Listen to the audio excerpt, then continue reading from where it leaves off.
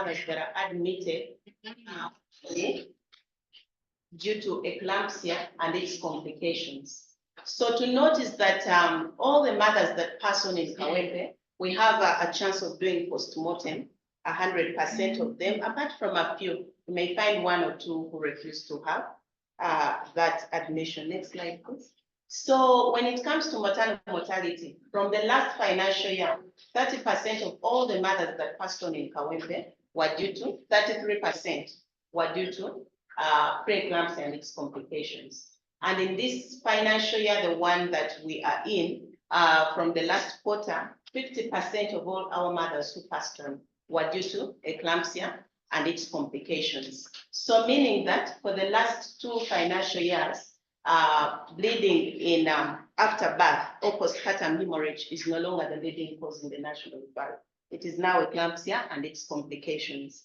When we audited further, what I wanted to say there is that the mean hospital stay for our mothers who died because of hypertensive disorders was 16 hours. And the least or the shortest stay was 15 minutes. The longest was around 6 days. So majority of these mothers actually passed on in the first 24 hours of their admission. With the next slide, with over 40% actually dying within the first few hours of admission.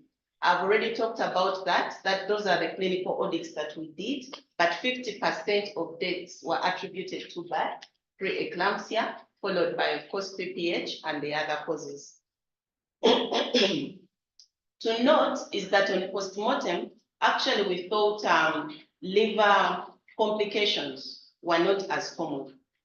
From the previous financial year, over 60% of those who passed on, they actually had some form of subcapsular hemorrhage or parenchymal hemorrhage from the liver. And in the last quarter, the same was seen. So majority of them died because of subcapsular liver hemorrhage, followed by cerebral edema and intracranial hemorrhage. So what does it say in terms of care? In terms of care, the median time of stay, 30% died within 3 hours, meaning that the pre-referral facility, there's something you could have done before these mothers reach us. And 50% died within 24 hours. Yet the critical window, we think, when you receive these mothers should be at least within the first 3 hours of their care. However, by the time they reach us, it is already too late. What are some of the delays we identified?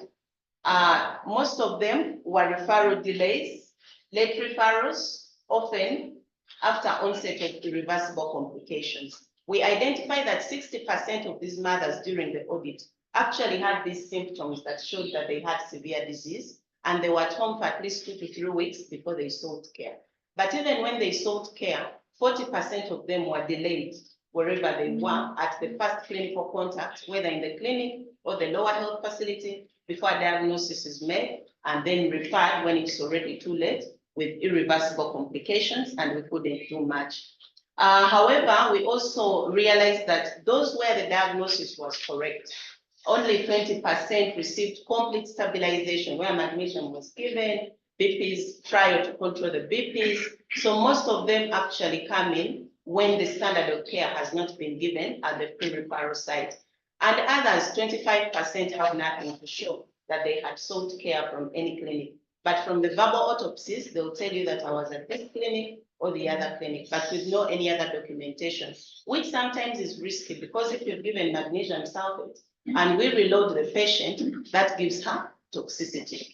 So in terms of antenatal care, and why we are talking about early detection, is that in over 41%, there was no clear history of antenatal care among these mothers who passed on antenatal care attendance. Yet in 22.7%, the high-risk features were missed during the antenatal care.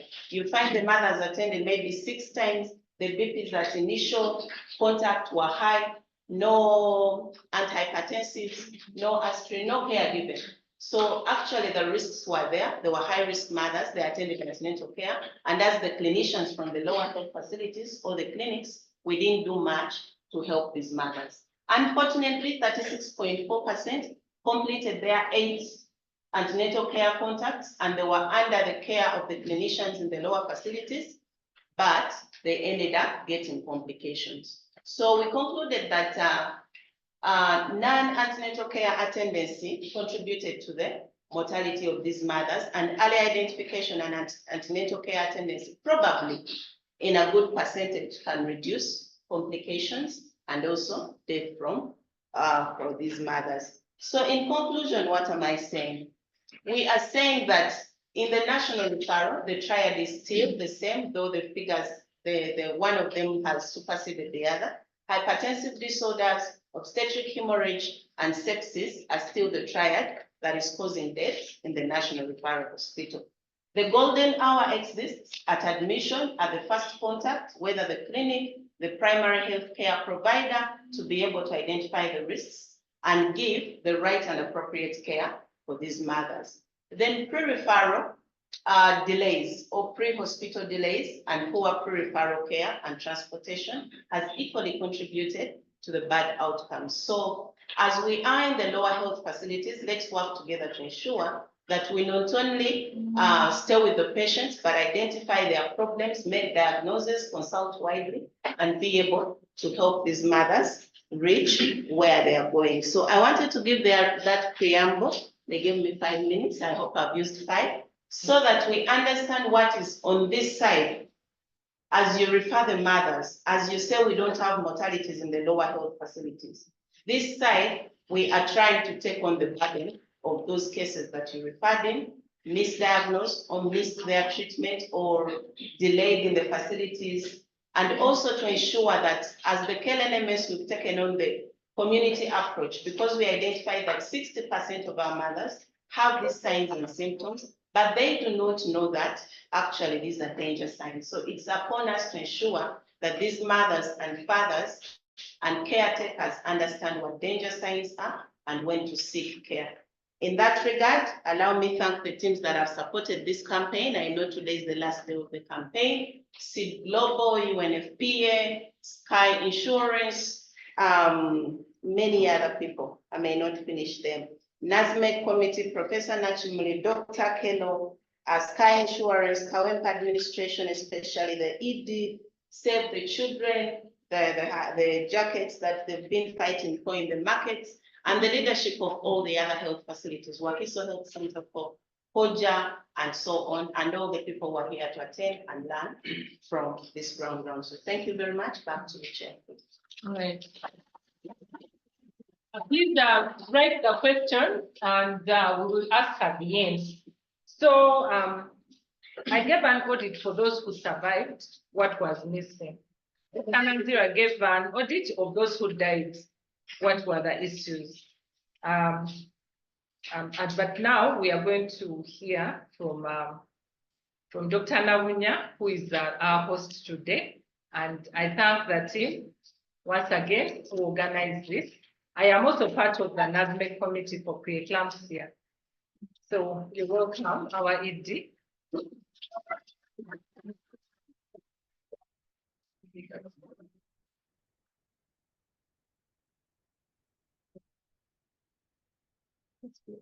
I think there, then you can be heard. It's fine. Okay. Women's Hospital. Women's Hospital. Indeed, the best hands are here. Good morning, colleagues. Good morning to our listeners out there and people who have been able to join us to celebrate with us the World Preeclampsia Day 2025. I know this is the World Preeclampsia Month, the whole of May. So different teams have been celebrating, and today we are glad as Mulago Specialized Women and Neonatal Hospital to be celebrating this day with all the different colleagues and stakeholders. So as Women's Hospital, we take this seriously because we know that preeclampsia is a condition that can really escalate, become eclampsia, HELP syndrome, which can be serious and sometimes be fatal. for the mother or the baby or even both of them. So we believe that this is important for us as a reminder to be able to keep preeclampsia on our fingertips, to know that we need to look out for it, because we know that indeed early detection is very important. It's very important. As Women's Hospital, we grant that those patients or clients who have booked with us, we have followed them up. Indeed, they've had good outcomes even when they've developed preeclampsia. However, those that have come in late, those that have been detected late, some of them have had some bad outcomes or complications. So it is important that they come in early. It's also important that we are well prepared. Our human resource, we've had a whole week of training here. And thanks to Dr. Nakubura and team, we've been having training for different cadre of staff to see that these different emergencies, including preeclampsia and its complications, are looked after. So preparedness as far as the human resources are concerned, the skills, being able to follow the guidelines that have been prepared by the Ministry of Health is very important. Standardized guidelines so that in every institution, those are followed. Once we follow the guidelines, then we are likely to be able to get better outcomes. It's important to have the medicine, the medication that is required. We've talked about prevention of convulsions, treating the blood pressure to come down, preparing the mother for delivery, which would occur early. So how do you prepare the baby? So all that preparation and preparedness is important. Also, the diagnostic areas. Do we have the necessary lab tests to be able to make decisions? How about the radiological tests, the ultrasound, looking at the Dopplers where available is important to help us in making a decision. Also, where mothers have had complications, for example, stroke, should be able to do a CT scan, for example, to locate exactly what that issue is. So, as Women's Hospital, because of the condition that it is, we really set up a high-risk obstetric clinic, which we have. We have our fellow, Dr. Kagawa, who is leading the team that is looking after that high-risk obstetric clinic. It is a multidisciplinary team. And indeed, apart from having the ops guy, we also get the pediatricians in at an appropriate time. Where necessary, the anesthesiologist also joins the team. And the physician, we do have a physician. Sometimes we even call Heart Institute to come in, where we have patients that may have cardiac complications. And also hematologists, so multidisciplinary team. It's important to be able to look after these patients. So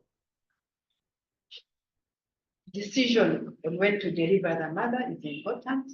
Of course, the well-being of the mother is important. Sometimes the baby, depending on the stage, is also considered. But to save life is key.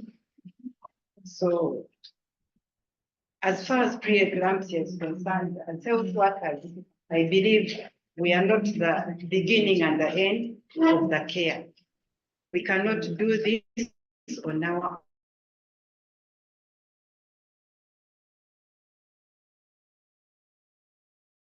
own.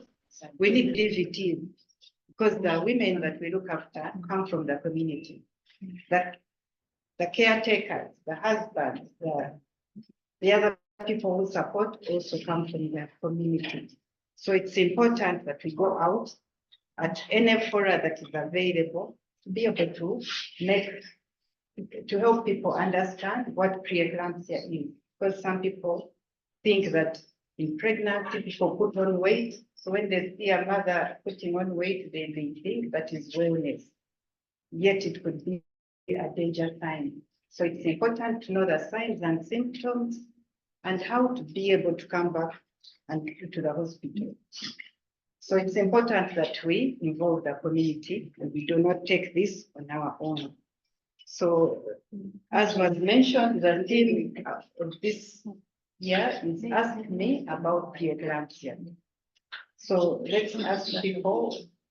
So here we are talking about preeclampsia. So where we go to our communities, let's be able to tell people, let's have those talking points where people can engage, even if it's a religious gathering or other gatherings, something can be shared. So we are happy to host this in Women's Hospital, Women's for short, Mulago Specialized Women and Neonatal Hospital. And I'm excited to know the different panelists or people who will be talking because there's very good information for all of us. And I want to encourage people to be attentive right up to the end. We'll be talking about the burden and etiology of preeclampsia, and that is by Dr.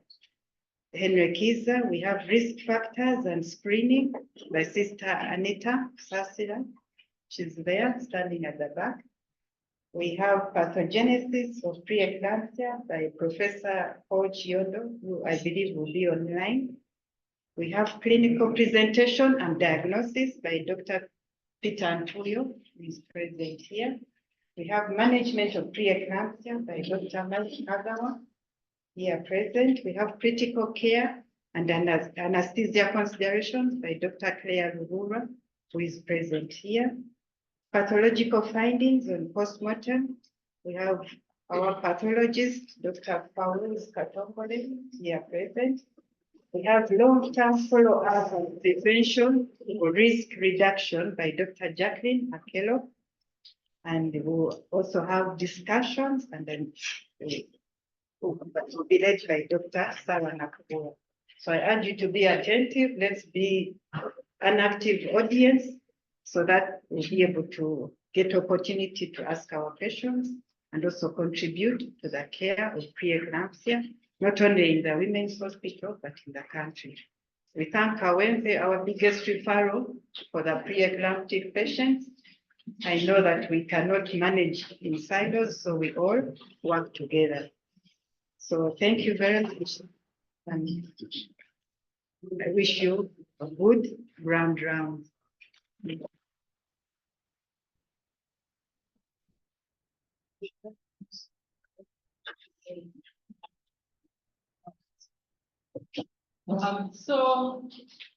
Before we get into more detail, I would like to invite our founder to hear from the host.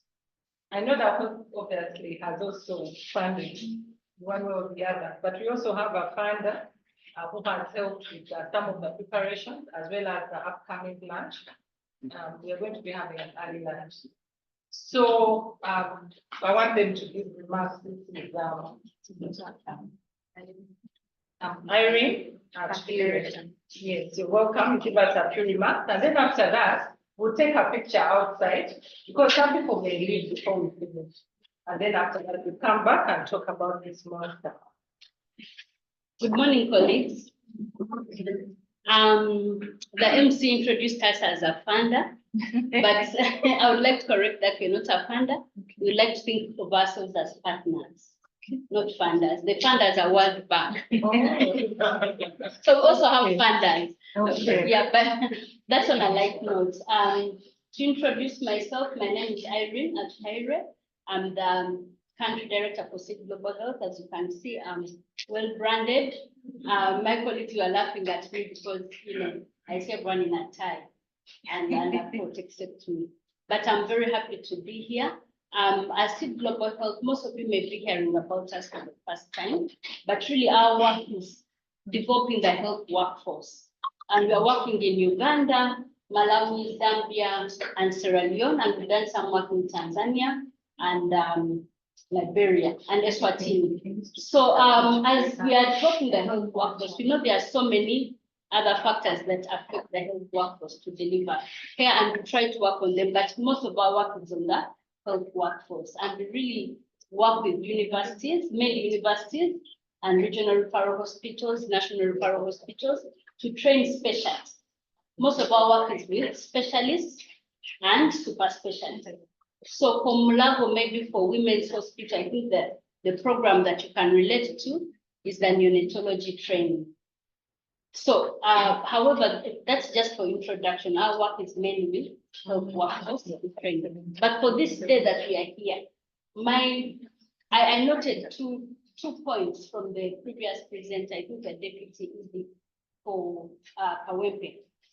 There were a number of factors, but she highlighted the late referral. And surprisingly, also highlighted that a big percentage of women, actually, there was no documentation of antenatal care. And then the other aspect that she highlighted, and I was happy that she did, was the poor attitudes. So I just wanted, as we are commemorating this, I wanted to make a humble appeal to all of us as health workers. One, on the attitude. How do we hold each other accountable? I know health workers, we like to protect ourselves, but how do we hold each other accountable? If you see maybe your colleague has missed something, is not following the guidelines, how do you support her or him to ensure that they change course of action and follow the guidelines? The other one is especially for Kawempe. How do we identify those facilities that are doing late referrals? And how do we work with them so that next year in May, we are not coming back to see, late referral as one of the reasons. And most of our mothers are dying in the first 24 hours, meaning that there is a problem. So how do we work together? As Seed Global Health, we are here for you. As I said, we are partners, we're not funders. There's so many other partners. We can work together and see how do we change the course of action. And let us not only commemorate Preeclampsia in May alone, but let it be something that we think about, work on a day-to-day basis throughout the year. And I look forward, I don't know who will be our host for the next, but I'm very interested to see if there will be a change in our trajectory. Are we still seeing mothers coming in very late? Are we still seeing mothers not having antenatal or documentation of antenatal care? And so many other factors. So with that, with those two appeals, I believe that everyone here has a very good attitude. So let's support each other. Let's hold each other accountable and where we see things going astray. So that these lives are saved. This is someone's mother, sister, daughter, and so on. Wife. So with that, I wish you a great day, great deliberations, and I look forward to seeing a change in May 2026. Thank you so much. Yes, so we are going to the upstairs to take a group photo with our ED and country director and our deputy ED, Segera. Then we come back for the science. So let's there was some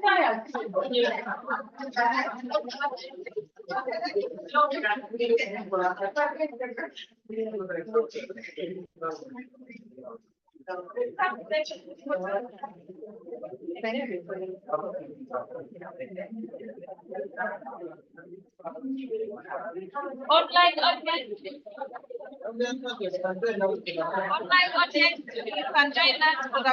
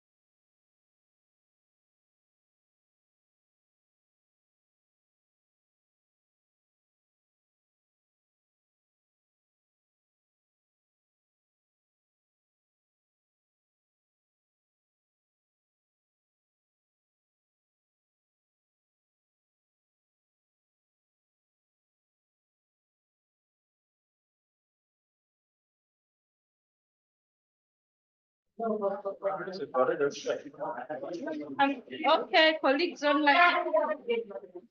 We are back. And to begin the science, I hope you also took some pictures online.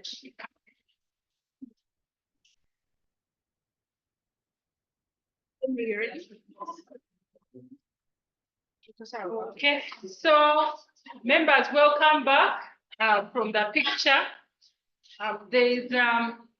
I was trying to translate.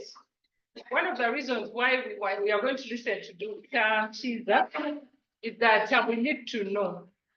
There's a saying in Uganda, "Ekijjomanyi kinyaga bitono." That thing that you know is coming.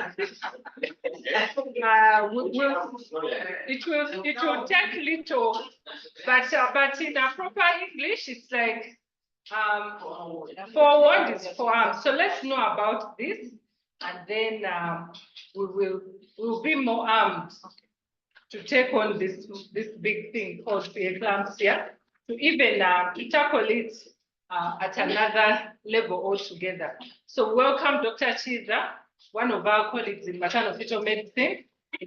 Dr. Chiza, welcome. Thank you. Good morning, colleagues, and all those online. I'm tasked to talk about the pattern and etiology of preeclampsia.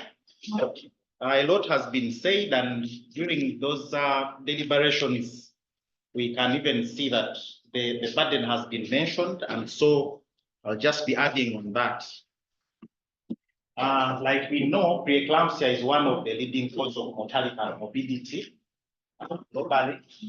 And also we know that in some WHO has estimated that in the developing world, we have this case presenting 7 times more than in the developed world.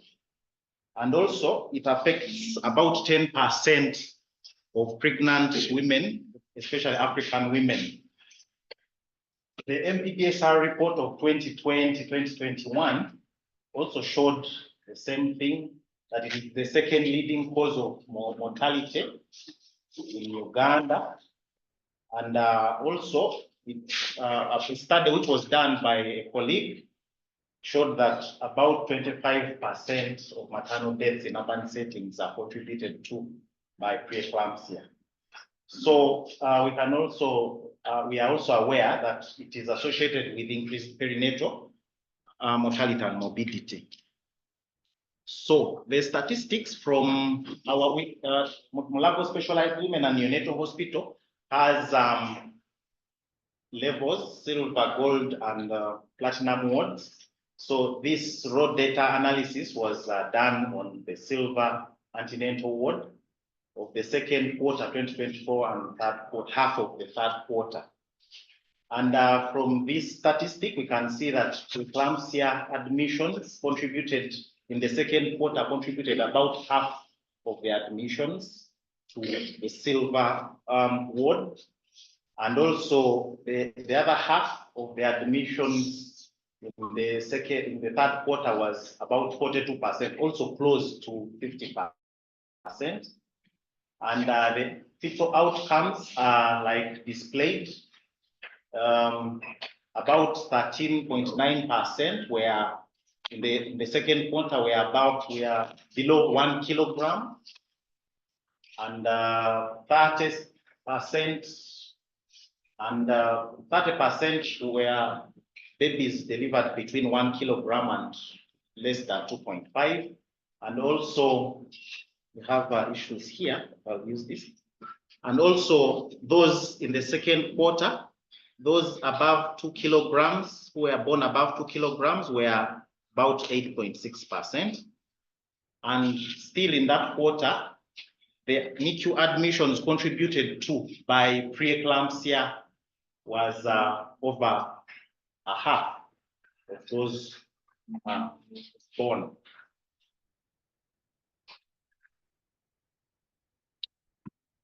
Sorry about that, as we try to rectify. Sort out something. Yeah. So as they continue, as they try to rectify this, we also see the same picture in the first half of the third quarter. We saw that, like I mentioned, the preeclampsia cases contributed 42.9% of the admissions on silver ward.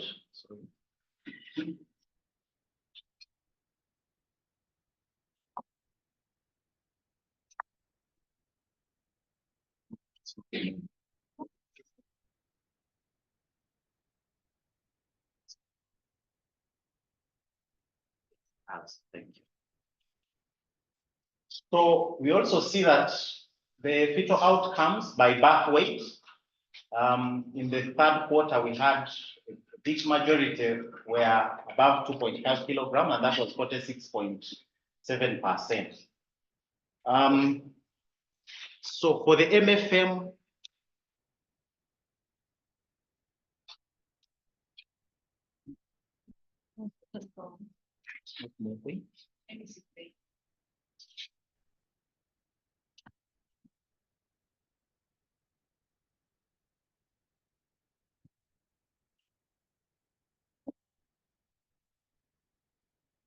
okay, so we also have part of the MFM wards, we have the referral ward.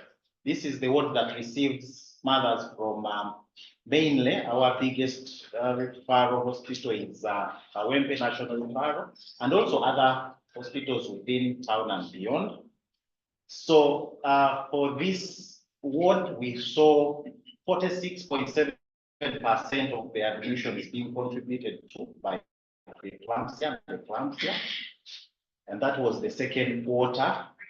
And so from the statistics of fetal outcomes, you realize that from the referral hospitals, majority of the newborns were below 1 kilogram compared to the ones that we deliver here, the mothers that attend antenatal in this hospital. And these also contributed to 54 in the second quarter, 54% of NICU admissions. And also the third quarter, 42% were of the referrals in here were 42%, and that was preeclampsia.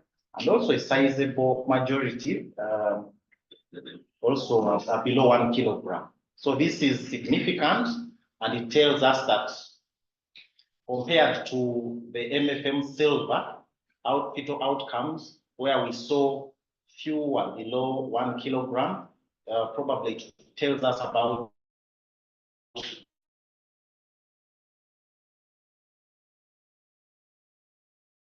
the quality of antenatal care and all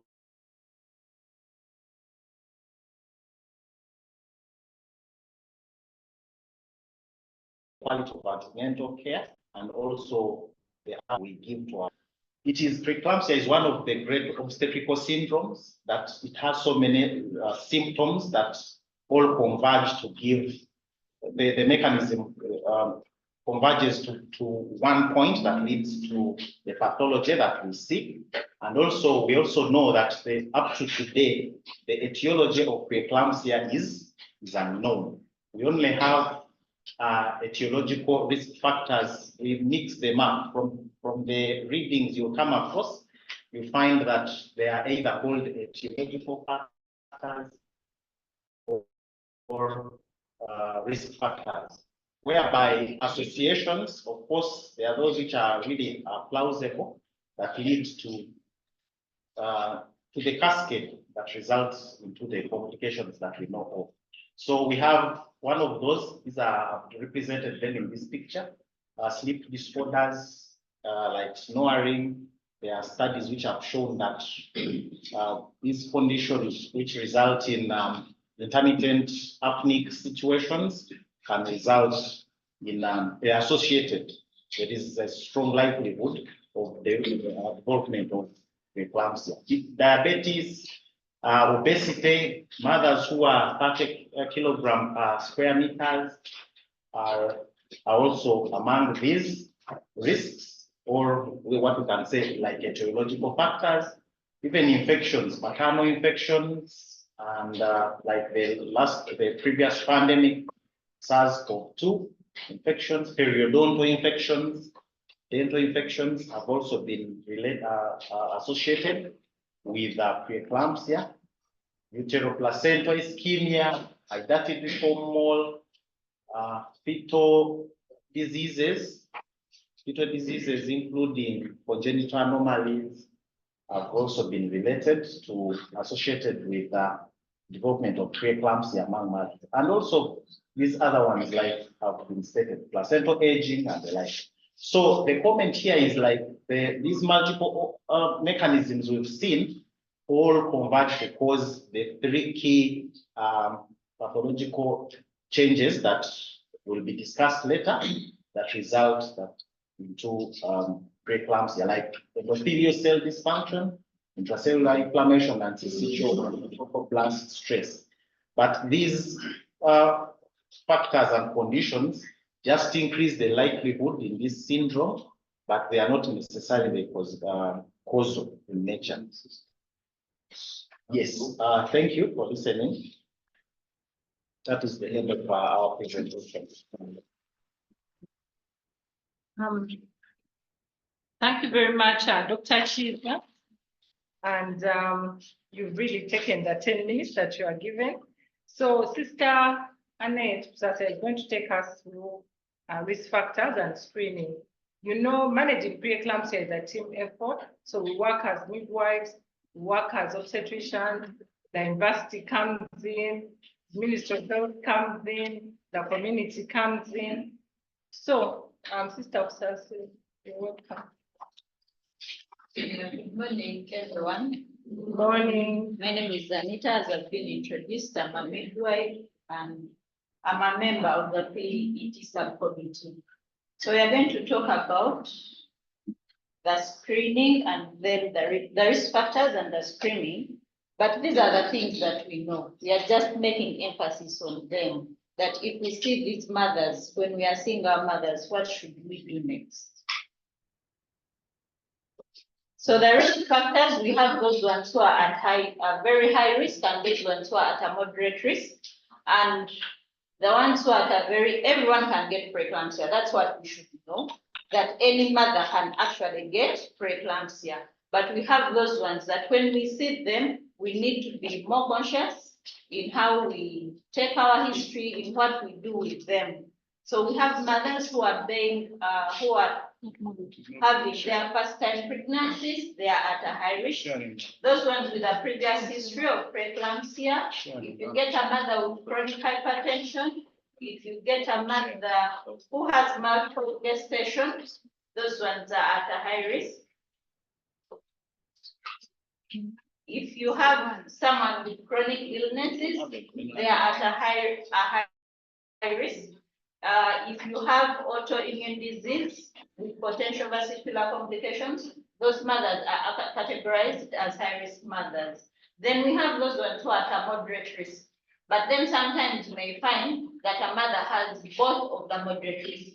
So that will put them maybe at the other side of them being high-risk mothers. So if you have a mother who has a family history of preeclampsia in a mother or a sister, they are at a moderate risk. If you have advanced age, 35 and above, we are at a moderate risk. Then the mothers who have had their previous pregnancies, they had stillbirth, or they had intrauterine growth retardation, or they have had placenta abruption. They are at a moderate risk. The mothers who have changed partners, we shall go through that to see what does it mean when someone changes a partner and why do they become risk mothers. Those ones who have done IVF, reason is that sometimes we are using donor egg, sometimes we are doing frozen embryos, and that one increases the risk. Mothers who are obese, and then those ones who have demographic characteristics like African American race, and those ones with both socioeconomic factors. So screening during antenatal. One of the most important things that we should all do, whether you are at a level 3, whether you are at a health center 4, or at a national referral, is to take proper history. let's not just see mothers to cut the lines, but we take proper history with them. It's only when you've done a good history that you will be able to pick up the things that you need to know about these mothers. And then you're able to say this one is a high risk, maybe we need to do this, or this one is at a moderate risk, what is next for them? Then risk factor assessment. When you do proper history, then you will definitely not miss the risk factor assessment. When you've done your proper history, you'll be able to get to know those things that we've talked about that are making them high-risk mothers. Then examination and interpretation of the findings. Most of the times we do our examinations and we don't interpret what we have. So it's very important that when you examine, the mother has told you I'm at 30 weeks, but then you're doing your palpation and she's at 20 weeks, 24 weeks. What does that tell you? Do we just write and go? We need to know that when we examine and then what we are getting is not what we are supposed to be getting according to the history we've taken. We interpret it better and then we are able to intervene. Then when we are seeing these mothers, they come to us, we've done our examination, we've interpreted. Are we able to do the investigations that are needed? The baseline is for us to do their urine protein and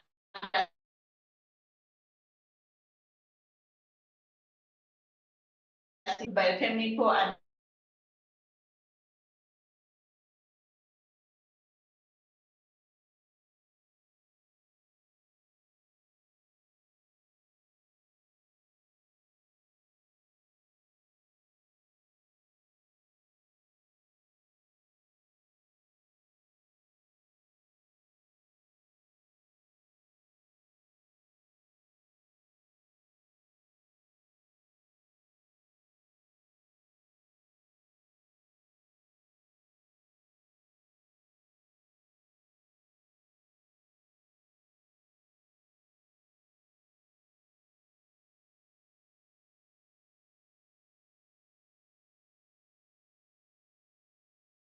is taken, the patient comes to us, we are seeing them, but we are not able to look at their weight.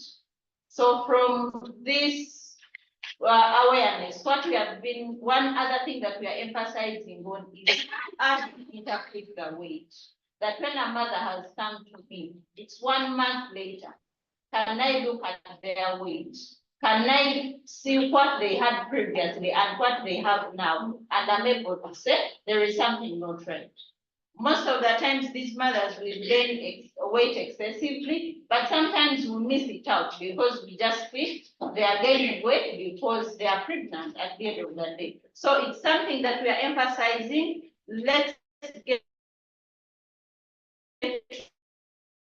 to know what is the recommended that a mother, what should we expect when they come back to us?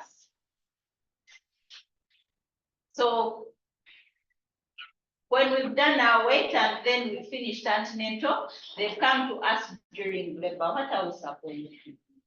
Sometimes we tend to look at what is written, but you know that in management, when you've not seen a mother, there is someone who could have missed out something. So when they come into labor, we are supposed to actually redo our history. Take proper history when they are in labor, and after you've taken the proper history, it's when you will be able again to pick those women that are at risk, those women that you need to monitor closely, those women that you need to do other investigations compared to the ones that are not at risk. Then the other thing that we do in labor that we should do, whether you're using a pantograph, whether you're using a labor care guide, is to monitor their blood pressure. When you're using a pantograph, it shows you're supposed to take blood pressure every 2 hours. But sometimes we don't do that. We don't, or we do and we don't document. So it's very important that as we are doing monitoring, we are able to take the vitals the way it's supposed to be done when they are in labor. The other thing that we should do when we are in labor is to monitor the fetal heart rate. It's very important that we monitor the fetal heart rate. When we have There, literally. So when we have these mothers in labor, it's very important that we monitor them. We do their fetal heart regularly, the way it's supposed to be done. For now, women's hospital, if you find a mother with at risk, please do a CTG for them, for you to be able to know that at the end of that day, you have a live mother and a live baby. The other thing that we are emphasizing is to do investigations when they come to us in labor. Sometimes we have these mothers, they are in labor, but we are not able to do the investigations. And sometimes it's not that we don't have, it's because we've not given it a very keen eye, or we are just busy, and then we forget about this investigation. So it's very important we do their urine protein when they come to us in labor, and then we do their CBC. At least those ones will help you to know what should I do next. If they have maybe urine protein +1, what should I add on? Should I do any other investigations? So they will also help us and guide us. Then when we are in postnatal, what do? We continuously monitor their blood pressures, and in case of any deviation, we know what we can do. When we assess them for warning signs when they are also in the postpartum period, and then we do follow up appropriately, especially those mothers who are at risk. When they deliver, it doesn't mean that their risk has stopped. Their risk continues till when they are done with postpartum. Then we also need to assess for depression and anxiety when they are still with us. That at the end of the day, these mothers who have whom we are assessing, or when they have anxiety, they may end up with preeclampsia when they are in the postpartum period. Then we also do the investigations where necessary, when we are in our postnatal period, or when they come for follow-up and we realize there is something not right, we do their investigations. So why is screening very important? It's very important that we do screening because it will help us to identify the mothers at risk. Then we are able, if you're at maybe a low center, early enough, if you're at Kawempe, at women, you're able to ask investigations early enough, and then you intervene appropriately. The other thing that is why it is important for us to do screening is to do timely intervention. Like I've said, when you do screening, you're able to know what should I do next. You're able to intervene early, you're able to do the investigations, advanced investigations early, then also individualization of care. That when I have a mother, I've screened, they are at risk, what am I supposed to do with them? So their care becomes individualized, that you're not taking them like any other mother who has come to you. And at the end of the day, we are reducing morbidity and mortality because we've done proper screening. The other thing that we need to do at the end of the day is when we do BP, if a mother comes to you, are you going to do their blood pressure there and then? No. Give them some time to rest for us to be able to get proper reading. If you have a blood pressure that is 140/80, for that instance, what are you supposed to do? Are you supposed to repeat it after 10 minutes? Are we supposed to repeat it after 1 day?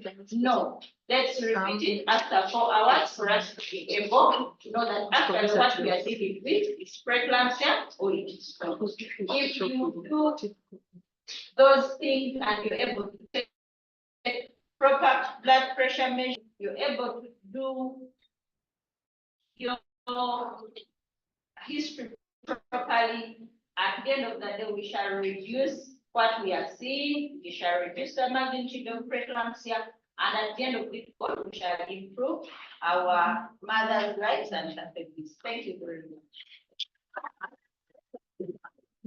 much. Thank you, Anita, and very, very pertinent. So now we are going to have our very own professor who has taught many of us. And we are still working together. So welcome you, Professor Chingu, to talk about pathogenesis of preeclampsia as well.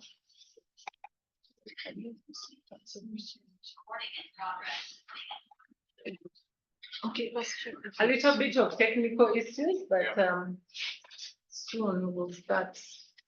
Is the online team still there? Yeah. Yes. All right. We're still on the previous one. Not really. Should we get another?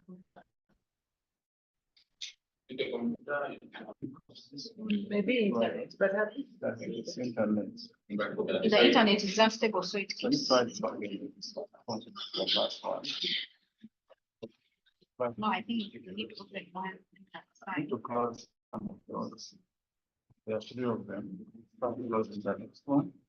so please keep your questions. We'll answer them at the end. Oh,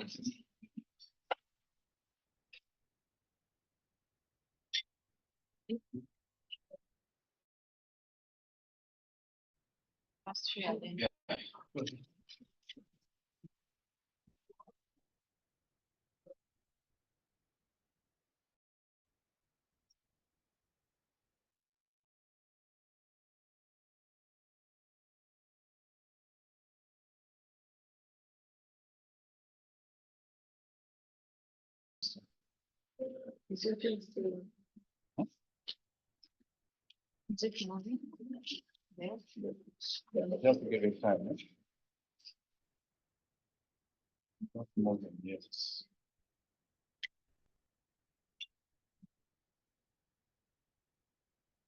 Sometimes when you have to several of them, let's put there.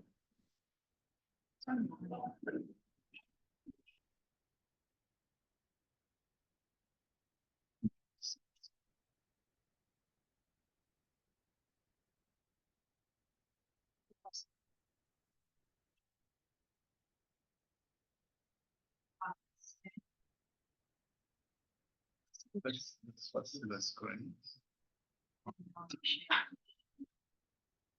Right, share. Even there are several of them. Okay.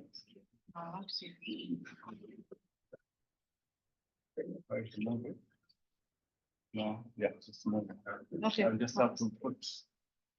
Remove it. This one is settings. Is what the names of the. Okay. When you do it, Professor. Professor, we're ready for you. It's not there, see.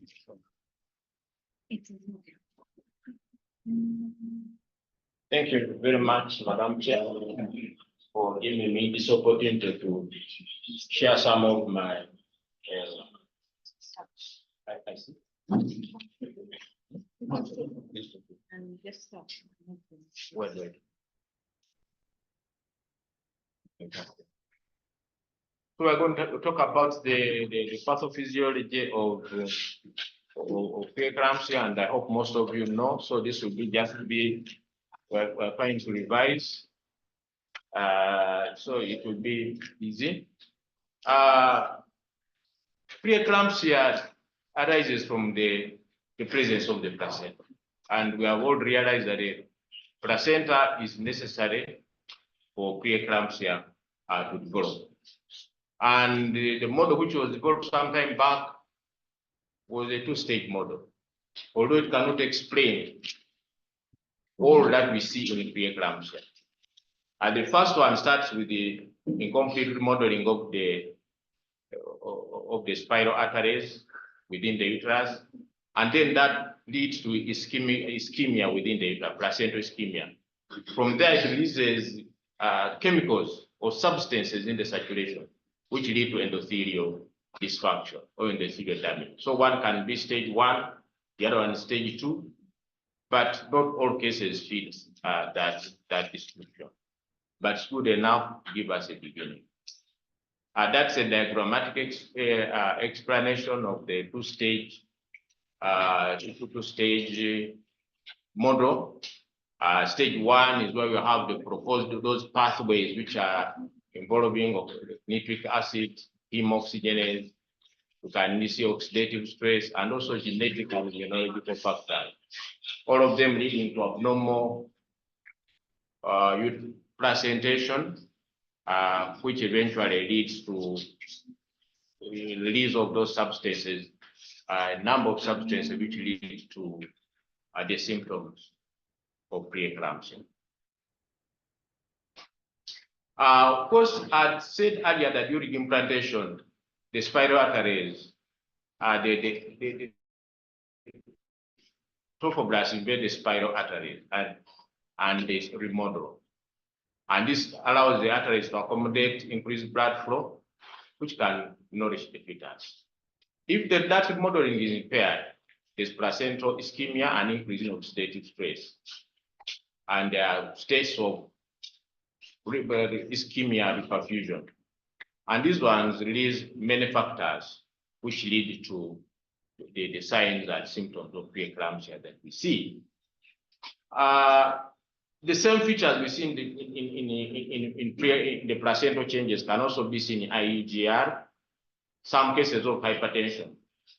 So it seems that the changes in the placenta alone are not enough to bring about the clinical disease. There must be maternal contribution, which leads to the development of preeclampsia. So you find that these two-stage model, as I've said earlier on, is not enough to explain all the cases of preeclampsia. This is trying to show that on one side is normal pregnancy, and on the other one, there's preeclampsia. On the other side, where the defective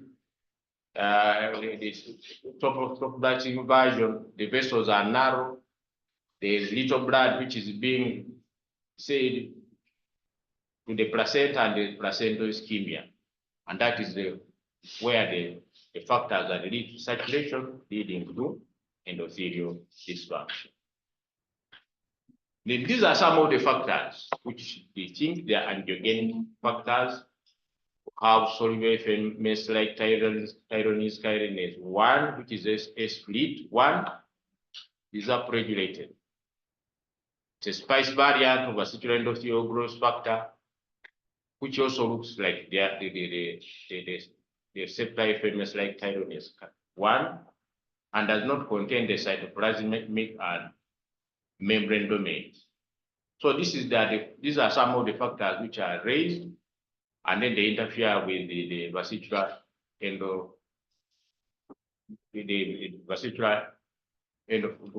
growth factor. Here, also the placental growth factor is also one of the factors which are affected. So the S-split antagonizes the binding to surface receptors to vesicular the VEGF receptor 1, and that one is seen to be one of the factors involved in preeclampsia. We also have soluble endocrine is upregulated, and it is a circulating co-receptor of transforming growth factor beta, and binds to it in the circulation. So it is analogous to S-split, and these are the changes which take place, bring about the endothelial dysfunction, and hence the disease process. Then we have here the heme oxygenase pathway, one of the pathways which lead to S-split induction. Heme oxygen exists in two forms, heme1, hemox1, and hemox2, and it generates in carbon monoxide and other products, and subregulates in states of hypoxia and ischemia. Carbon monoxide is a product of that heme oxygenase pathway, and it is known that carbon monoxide leads to vasodilatation. And we have seen that women or women who smoke or smokers are decreased risk of preeclampsia, probably because of the carbon monoxide levels which are in the blood and lead to dilatation of the vessels. Then we have the hydrogen sulfide pathway, those factors which we saw up there.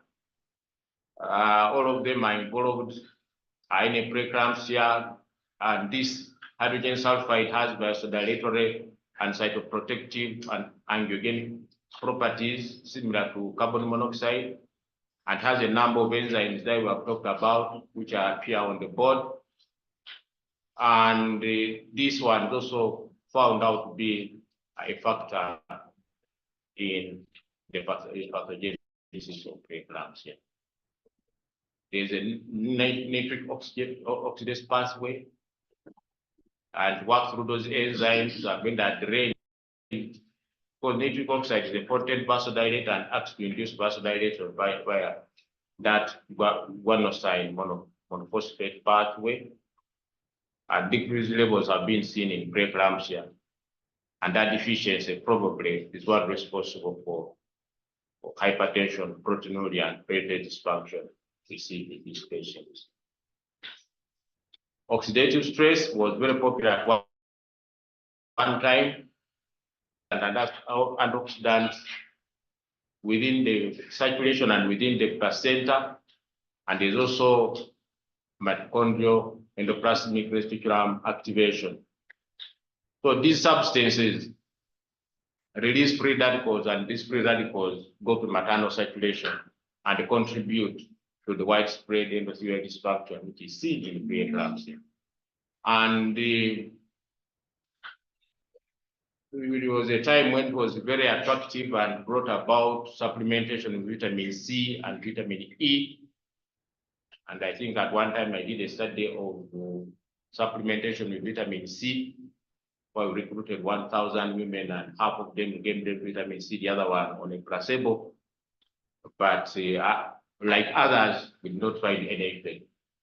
We only found that those who took vitamin C had lower birth weight, more lower birth weight babies than the control arm. So it was not clear whether these doses were not high enough. Higher levels were proposed, but there was a fear that there could be unknown side effects to the baby, and was not done. Angiotensin receptor also antibodies have also been seen. The ATA1AA, they are pathogenic in a number of pathologies and are regulated in preeclampsia.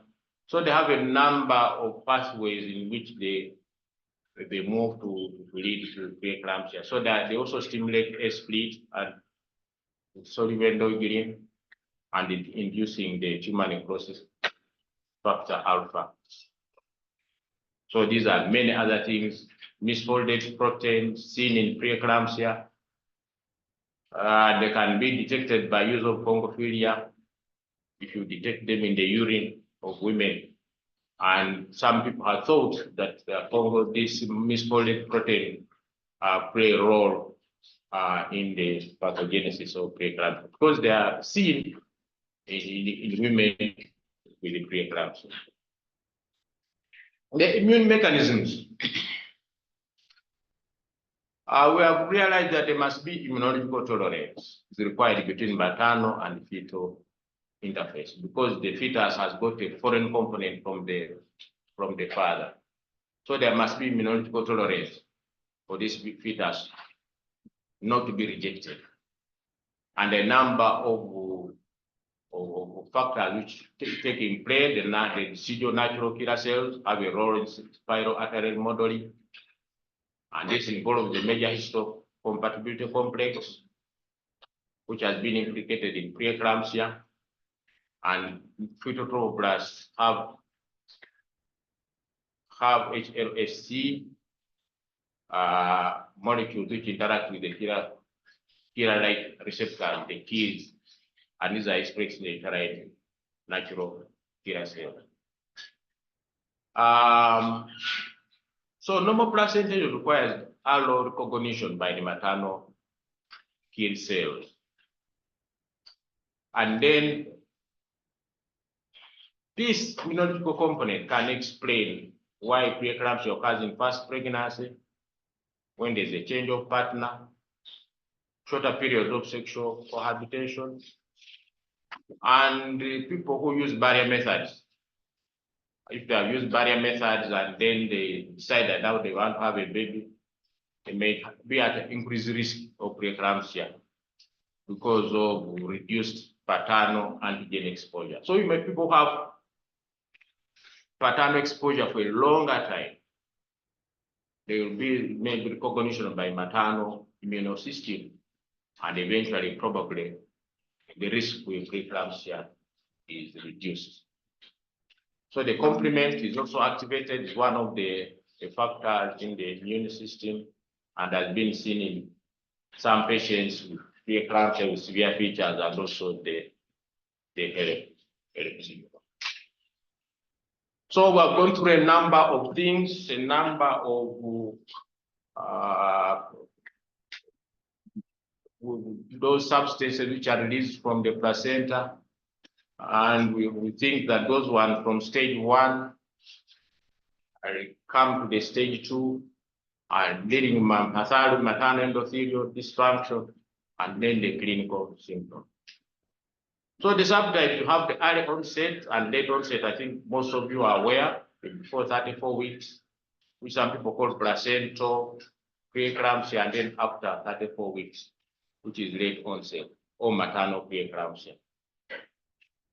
So the placental or early onset preeclampsia, the etiology is basically abdominal placentation under hypoxic conditions with high levels of S-split, lower placental growth factor, and high S-split placental growth factor ratio. So those ones are some of the factors that can be used in risk assessment. Can develop an algorithm for risk assessment using these angiogenic factors.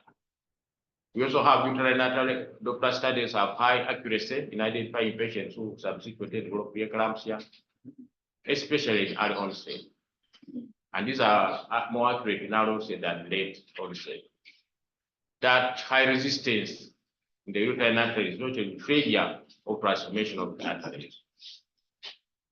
The other one, maternal, instead of also called late onset, there's an interaction between a normal placenta, or what appears to be normal, and maternal factors associated with endothelial dysfunction. And these ones include people who have either diseased vessels, who have vascular disease, people with hypertension, people with obesity, people with renal disease. Those ones have a history. They have some endothelial dysfunction at some level, and when pregnancy takes place, they do contribute in the development of preeclampsia.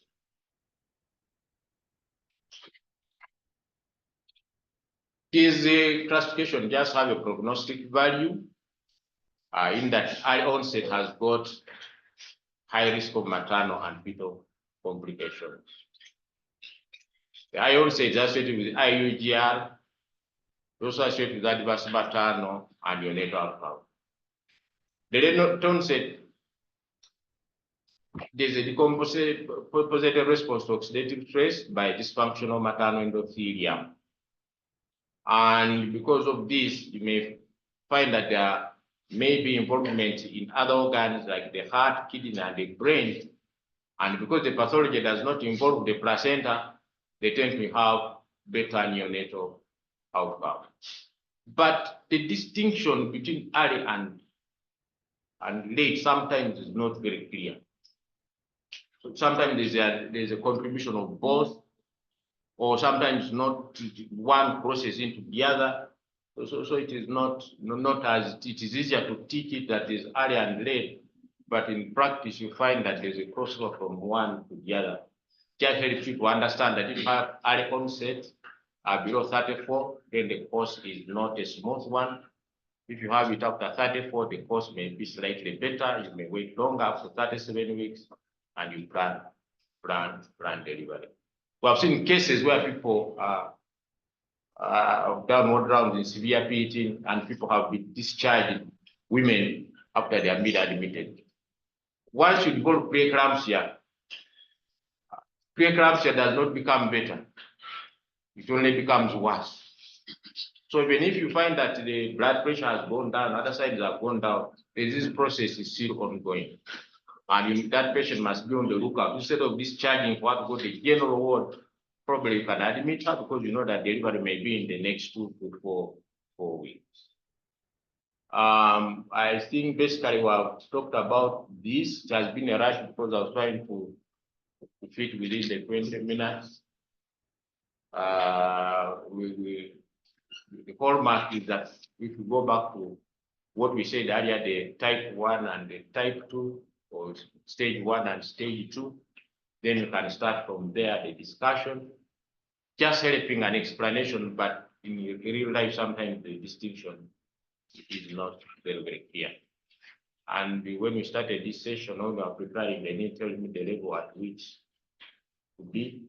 Probably I've got a little bit deeper, but let people fit where they are as we go along. Thank you very much, Chairman. Okay, thank you very much.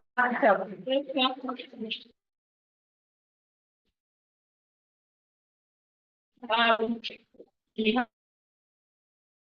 have been told about this placental level and in the whole body. I think, well, Professor, that would work. Yeah, Placental level, then the whole body. yeah, the whole body. The body must respond. Even when it's placental, the whole body must be able to react. Because get patients with IUGR, patients with the pre from now.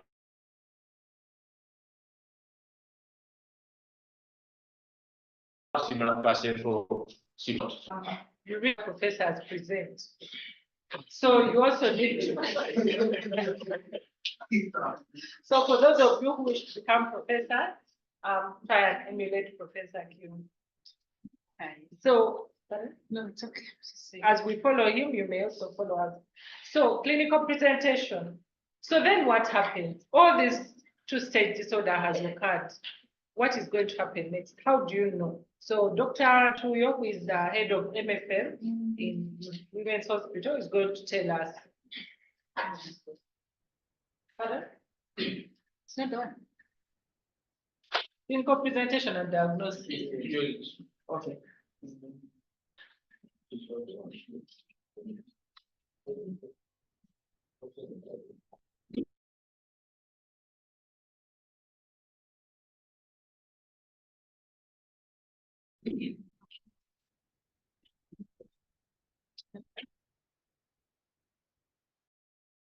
Okay.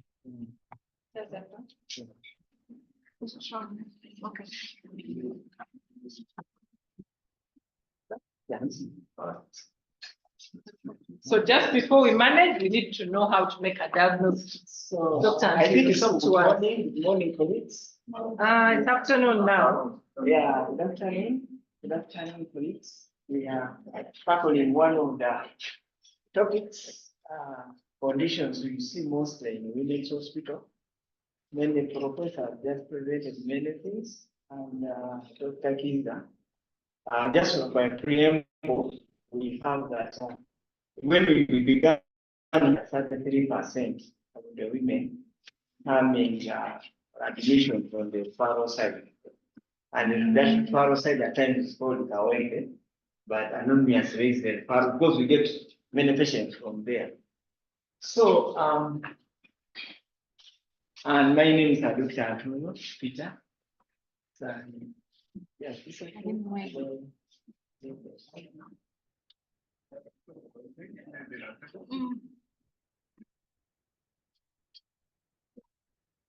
so you can go to the next slide and present. So, hypertensive diseases.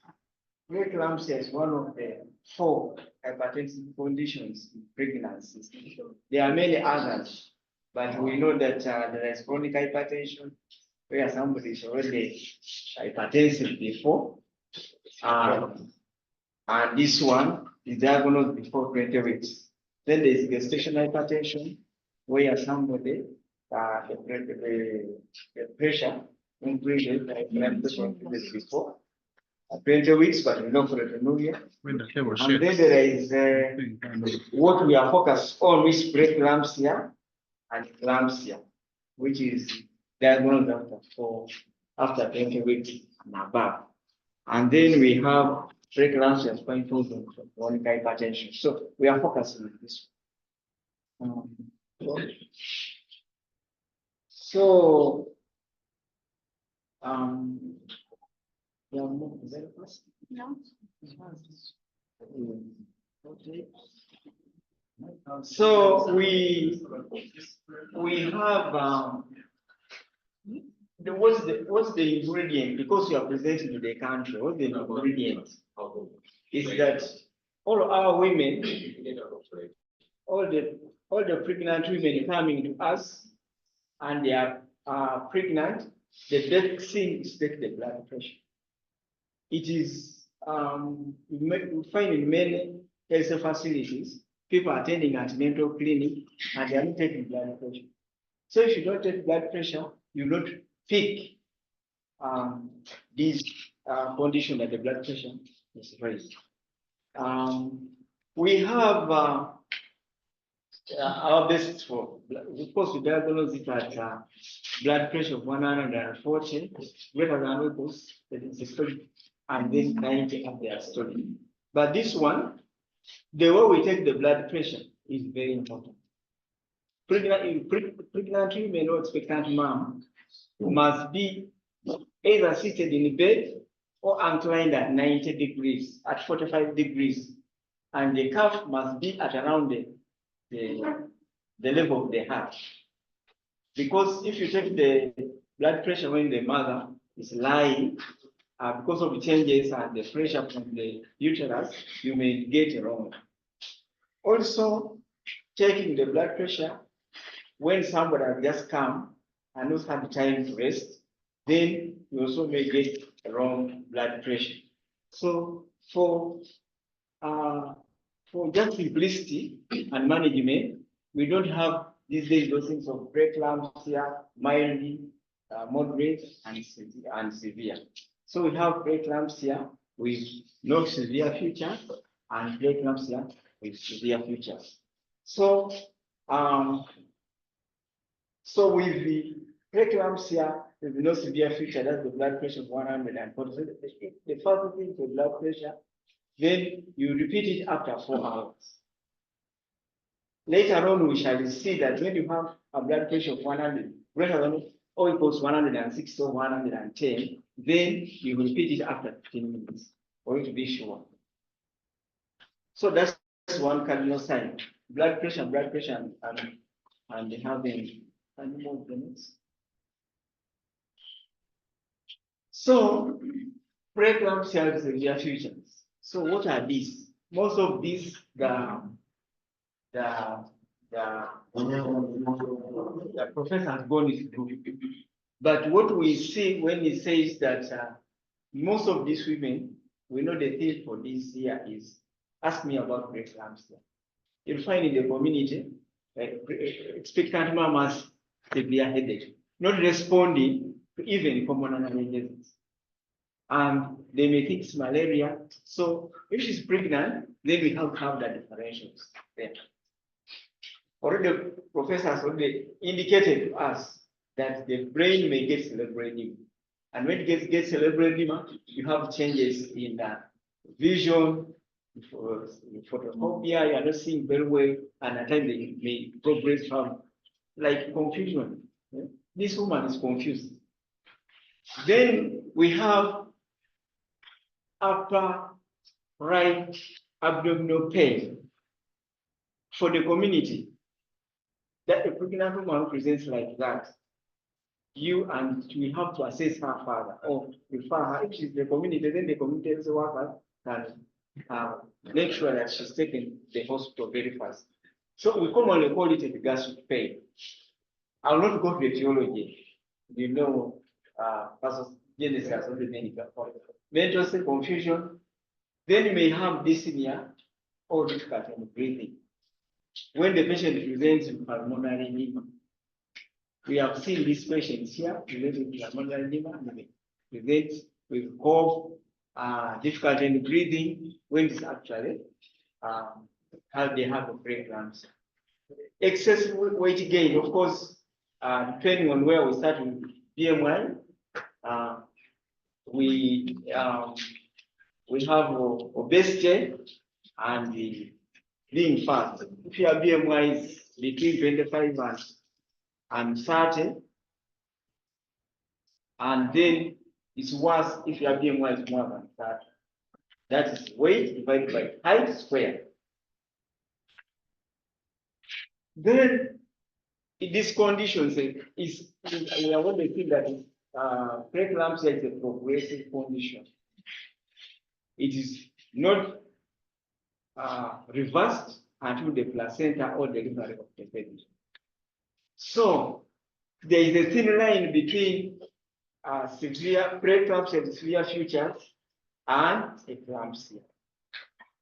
When you have preeclampsia with severe futures and the patient fits, then you have eclampsia. It can follow fit is a severe future, but it can also occur when the client or patient presents with no complaint of those, especially in postpartum eclampsia. Even the blood pressures may not be very high, especially in our setting where we don't know the baseline of our blood pressure before we get pregnant. In the future, we may have do a pre-conception clinic here. Then this lot of conditions may progress to have, it can be preeclampsia with HELLP syndrome. And when you reach this stage, the patient has many complications. May present with jaundice, may present with the anemia, with elevated liver enzymes and low platelets, or it might be even epistasis. Some will present for the first time epistasis when there is thrombocytopenia, depending on the level where they are. So we are going through a myriad of things. In this, here in Women's Hospital, what do we see? We are at the apex of maternal care in the country. We find a mother is referred, I can give an example either from Iganga to Jinja, then to Kawempe. And the Kawempe either they are full or it is remote from town. They require neonatal care, resuscitation. Then the mother will end up there. So you can see the journey. So by the time they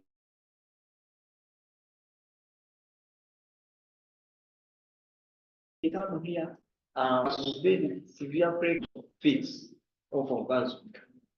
Then commonly we get those ones with acute kidney injury. When they come with acute kidney injury, the kidney is failing.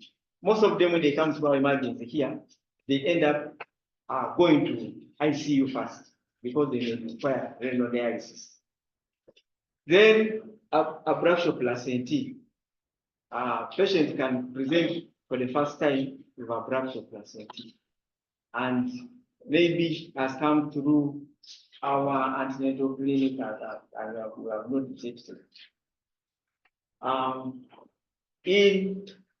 Then pulmonary edema, I've talked about, then liver failure, where it can be pain, accumulation of fluid under the capsule, and then we get that upper quadrant right pain, commonly called the epigastric pain.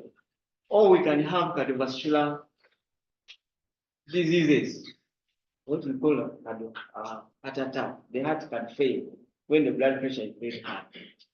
So this the way patients present. They can present at times for the first time with placental dysfunction. And when they have placental dysfunction, we may pick it in the antenatal in the form of IUD. The baby is not growing.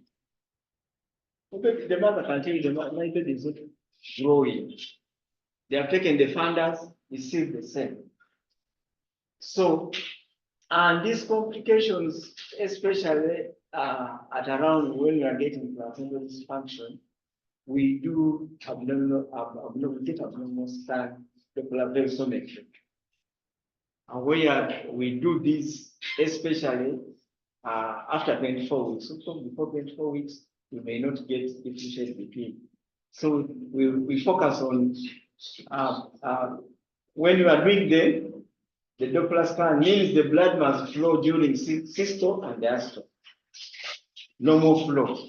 But when you have placental dysfunction, either the flow during the diastole is reduced, such that there is high PI, or there is actually no flow during diastole. And once of all, we can get reverse flow. And when that reverse flow, I will not talk about other managements later. Then, of course, these conditions affect the mother and the baby. In the baby is not growing. Fetal growth restriction, placenta insufficiency. We may here, when you have 33% of women coming in a tertiary institution like this one, with PAT or preeclampsia, and many of them having preeclampsia with severe futures, we end up delivering prematurely. Because the condition is progressive, affecting the mother, or the baby cannot cope with this hypoxia. And therefore, we contribute to a lot of low birth weight in our NICU here. It contributes a lot of premature baby, low birth weight babies being delivered in the NICU. Or we may get stillbirth. And when you get stillbirth, especially at tertiary level, and in this unexplained, we may find it due to severe placental insufficiency. Then smaller babies, some are morphologically small, others are not. So we may think our mothers delivering small babies, we have to make sure we screen for this. Then the sudden death, the fetal heart disappears. So those are some, but not all of them. Of course, the diagnosis, as we have high index of suspicion and have history, already our sister who was here said that you have to do history. This history must be detailed. And we know that if you have previous history of PET, the previous pregnancy, then the risk is high. We have already said that all women are at risk. But if you have previous pregnancy with this, then you are more high risk. Then of course, parity, we have looked at factor and we saw how the fetus is allographed by professor and the body mass tolerate. So if you change the patterns around there, if you have IVF, if you don't last sperms, then you are at high risk. And many of these ones develop actually before what we call placental features by professor classification, before that. Then we have to look out for these severe features, which we have talked about. Of course, the women with headache, not going pulmonary analgesics. Yeah, we have the epigastric pain and not seeing well. Then detailed antenatal assessment. We are lucky that we have high risk clinic running by Dr. Tada, who looks at these women in a more detailed way.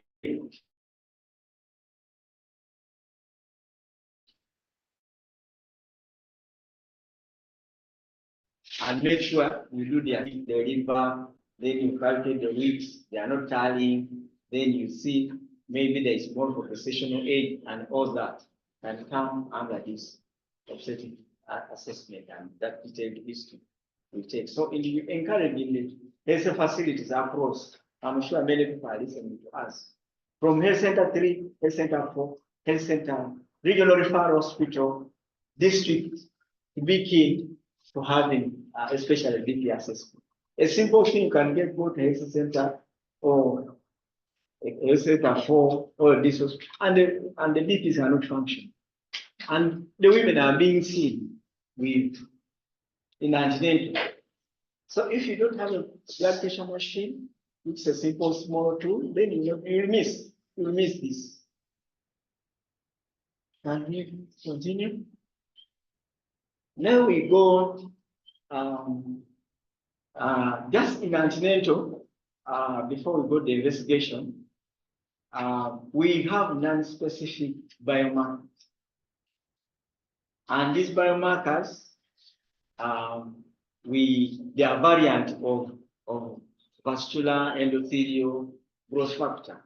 They are a soluble MFM tyrosine kinase. So if you have the ratio of tyrosine kinase over growth factor and is low, especially before after 11 weeks, then the chances that the patient will progress to a preeclampsia in 4 weeks is very low. But if you have that ratio, the soluble FM tyrosine kinase high, and the ratio is high, in the literature says you can progress to have preeclampsia in about 1 week. So they are not specific, but they mention them as you can do them. As we develop our lab here, we can assess those ones. And plasma associated protein A also is good produced by the placenta. Those can be the beginning things we can do in addition. They're non-specific, but they can give us a direction. That's before 16 weeks. Before the second, as the professor has presented, for the first invasion of trophoblast at 11 weeks, then the last one at 12 weeks. The investigations. These investigations are what we have, which ACDC, and we know that we can do good.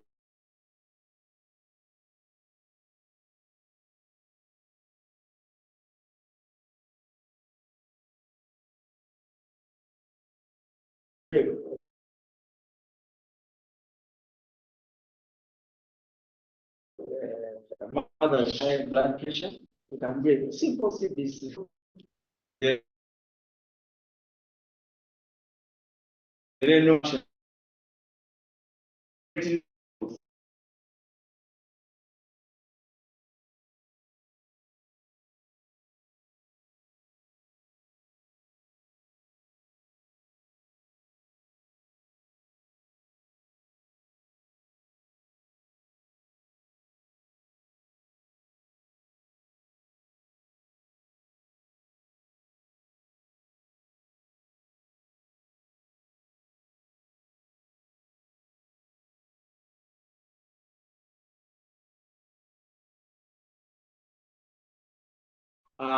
That you are spinning the proteins. So, but if you have others, then you have diagnosis of the preeclampsia. And give us the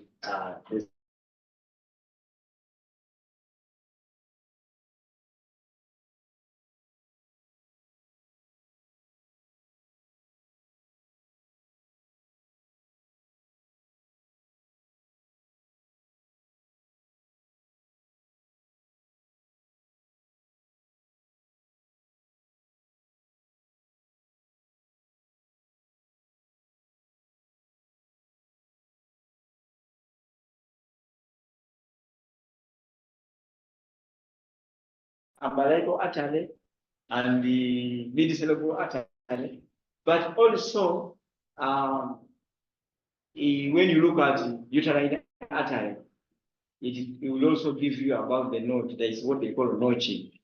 But we commonly use these ones.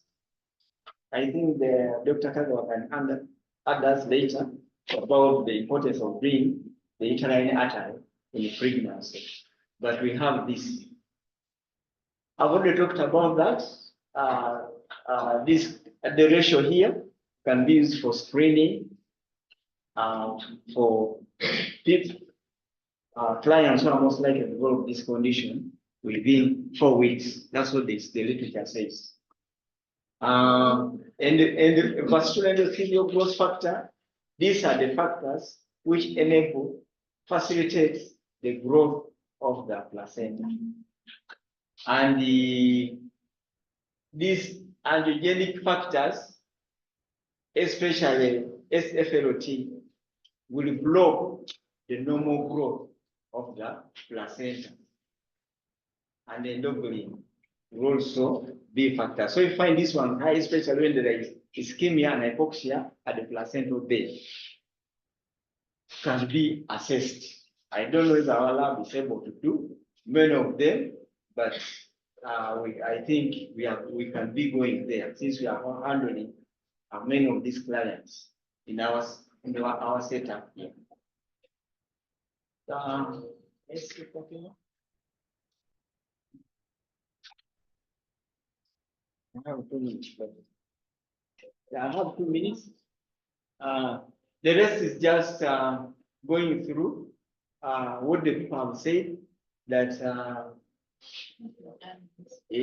I've done most of them. The other side will go, the other side is, of course, these are general things where you have that. Swollen feet. Swollen feet in pregnancy may not be a marker of preeclampsia, but if you have a woman with swollen feet, then you assess further. You combine with the history and assessment and the blood pressure. These ones have already been talked about. It comes after 20 weeks, mainly after 20 weeks of gestation and above. So anything other than that is other subtypes we have seen, either chronic hypertension or what. So chronic hypertension or pregnancy-induced low proteinuria. So this was going the other side. I think management is Dr. Kagawa. So I beg Eddie here, and I think I've been in time and I'm managing my time. So we are going, thank you, Dr. Chuyo, and I think we can diagnose the preeclampsia severe featured ably and all the different types of hypertensive disorders. We are going, Dr. Kagawa, our MFM specialist, is going to take us through the management. We stretch a bit. Okay, can you stretch a bit? And then I also want to get a bit of permission. We are 1 hour behind. We have about started late. So which means we have about maybe 15 minutes to go. If we can. So can we have the lunch later, like at 1:45? You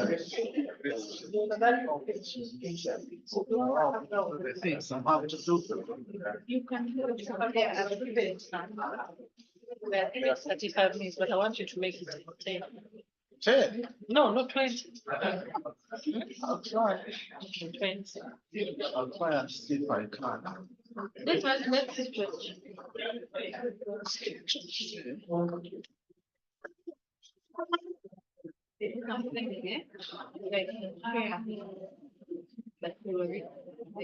No, the challenge is that there are certain things I want to switch from the slide So you have to the internet. And So that if you're on the internet, maybe it you will work. can make it. Don't have follow up. Make it 5 to That's nice. We'll share it. maybe 10 minutes. I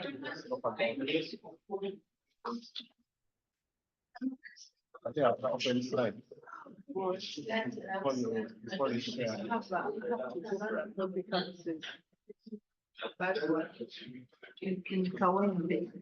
How come? When we finish up, we'll cover.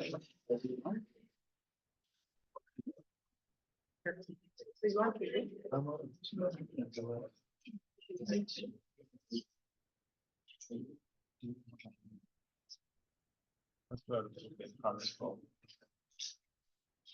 Some of them.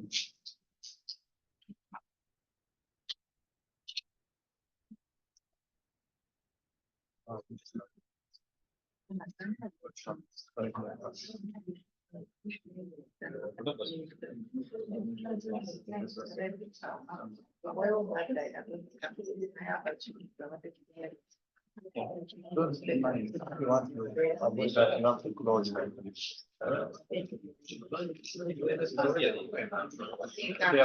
That's why you come from that, you close several. So the name is on one. Anyway.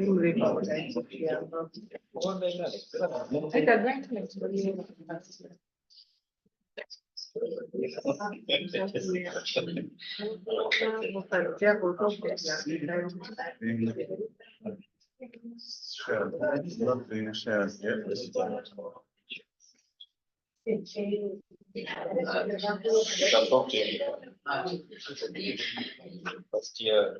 That's your Mugambi. That's why I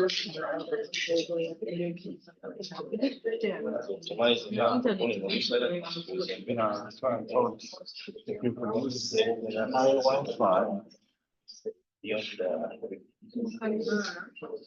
Because not sometimes displays here, it is not on the internet. The Zoom has disappeared. The Zoom has disappeared. So 20 minutes. Okay, let us see what we can do. All right. We need to go here.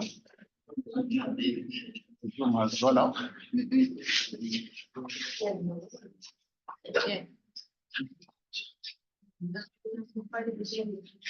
See that one. Yes. Okay. You don't put on display. That's why it is. That's why it is ending up. We are trying to get technology to work.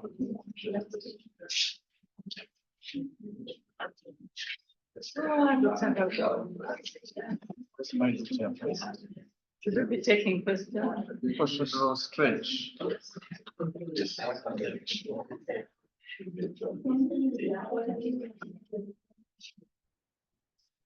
Okay, so we start. We are going to start. Now, if you make sure that it was.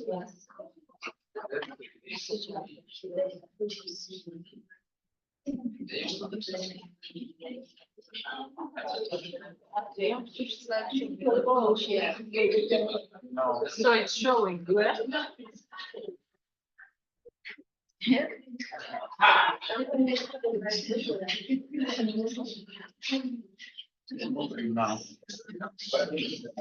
Okay, member, technology has eventually worked.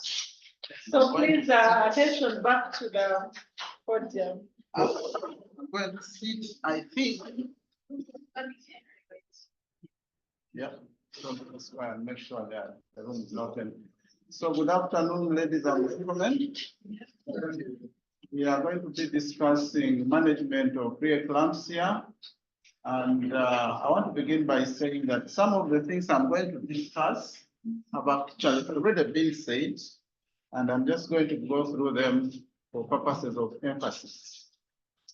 And throughout my session, those are the questions I'm going to try and answer. And one of them is whether preeclampsia matters. Why are we spending the whole month discussing preeclampsia? And then we shall also be discussing what is clinical management. That's the topic I was given. And like I said, clinical management encompasses everything from history taking and so on and so forth, all the way to treatment, management of complications, which have already been discussed. So I'll try and make sure that I just apply emphasis here and there. We shall be asking ourselves, what are the basics of preeclampsia management? I'll try to answer that. And also the best of screening and prediction, which has already been mentioned, we shall put some emphasis there. And then the mothers to watch for, those are the risk factors. Do we have a role for ultrasound? And then the Doppler, we talked about Doppler, but which indices should we use when we are doing the Doppler ultrasound? Doctor, do you refer to the uterine artery? I'll make an effort to explain when to use that. And then we'll also look at how to manage a patient with preeclampsia and eclampsia. I guess my brief includes eclampsia, because I was asked to talk about preeclampsia. Yes. Okay, Preeclampsia. so why does preeclampsia matter? It matters because we know that hypertensive disease of pregnancy actually affect up to 10% of pregnant women. And then many of these ones actually end up with preeclampsia. Its complications are actually the leading cause of ICU admissions in women. If, for example, you go to our ICU here and we have patients who are being admitted from the hospital here, many of them are actually patients with preeclampsia.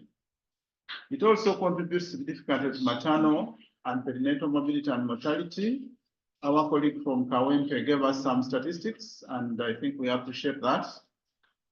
And yet we also know that the major objective of antenatal care is effective prediction and prevention of adverse pregnancy outcomes. So if we are going to manage patients who have hypertension, the expectation is that we should be able to predict and prevent the adverse events that may happen as a result of preeclampsia. It is also important to note that timely and effective care can improve the outcome, as has already been alluded to by our colleague from Kawempe and Sister, who told us about screening. Now, my topic of discussion was management, and I wanted to just bring up this point that what is clinical management?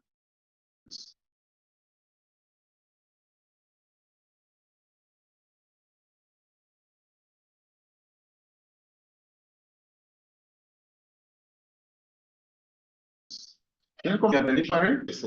So all this one which has been discussed is part of management, and we all have to be involved. When we talk about management, we are looking at health professionals following structured pathways to provide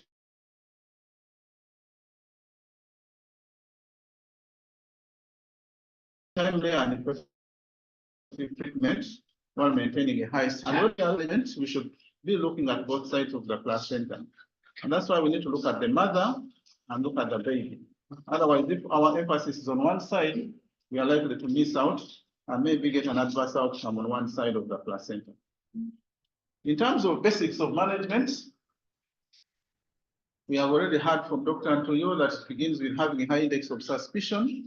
The high index of suspicion begins from our history taking so that we can identify the risk factors. And that should be part of routine care, that every mother you see, you do a screening question, a screening physical examination, a screening investigation. And when you identify women with risk factors, which have already been mentioned, and I'll emphasize, we should start these women on low-dose aspirin. We should also be aware that we have to give magnesium sulfate when we are treating preeclampsia or preventing it or managing preeclampsia with severe features.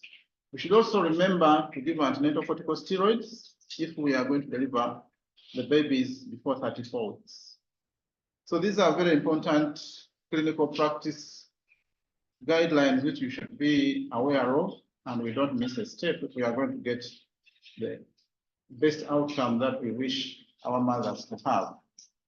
When we are planning the management of these women, we should be reminded that delivery should be at term. If, for example, a mother has preeclampsia which is well controlled, and if it is not well controlled, then we aim to deliver as soon as we reach 34 weeks. So if we are doing conservative management, there is no reason for you to go beyond 34 weeks if you have a patient you are trying to manage conservatively. If you have delivered the mother who has been having preeclampsia or preeclampsia severe features or eclampsia, we need to continue monitoring the blood pressures and other parameters postpartum, because some of these things can worsen after delivery. We need to look at these mothers when they are presenting, if they are presenting without severe features, and know that they need close monitoring, and therefore we treat them as a special category of women. And if we are managing a mother with preeclampsia with severe features or eclampsia, this mother should be managed in a facility, ICU facilities. So if, for example, a mother is in a lower level facility and has fitted or has been diagnosed with severe features, the mother could be referred to a center where we have ICU services. Still continuing with our basics, we are saying that in order for us to manage these women very well, proper diagnosis is paramount. Otherwise, if we are missing out any of the requirements for proper diagnosis, then we are not going to offer proper care. The recommendations from ECOG and other bodies recommend that if we are going to manage preeclampsia appropriately, We should use automated beeping machine devices. Someone has guided us on how to take the blood pressure, in which position the mother should be, how often, and so on and so forth. They also recommend the use of screening for proteinuria using dipsticks. And at this point, I want to comment that when we get a urine protein, which is 2 plus or more, we can use that for diagnosis, but not for prognosis, meaning that worsening proteinuria does not actually give us any additional value. Once we make a diagnosis with proteinuria, we don't have to use the increasing proteinuria as a marker for worse prognosis. Nowadays, there's a newer recommendation that instead of using proteinuria alone, the protein-creatine ratio is more recommended for use in diagnosing or prognosticating these mothers. And we should also be able to classify the hypertension. If we have measured the mother, we should be able to classify the hypertension into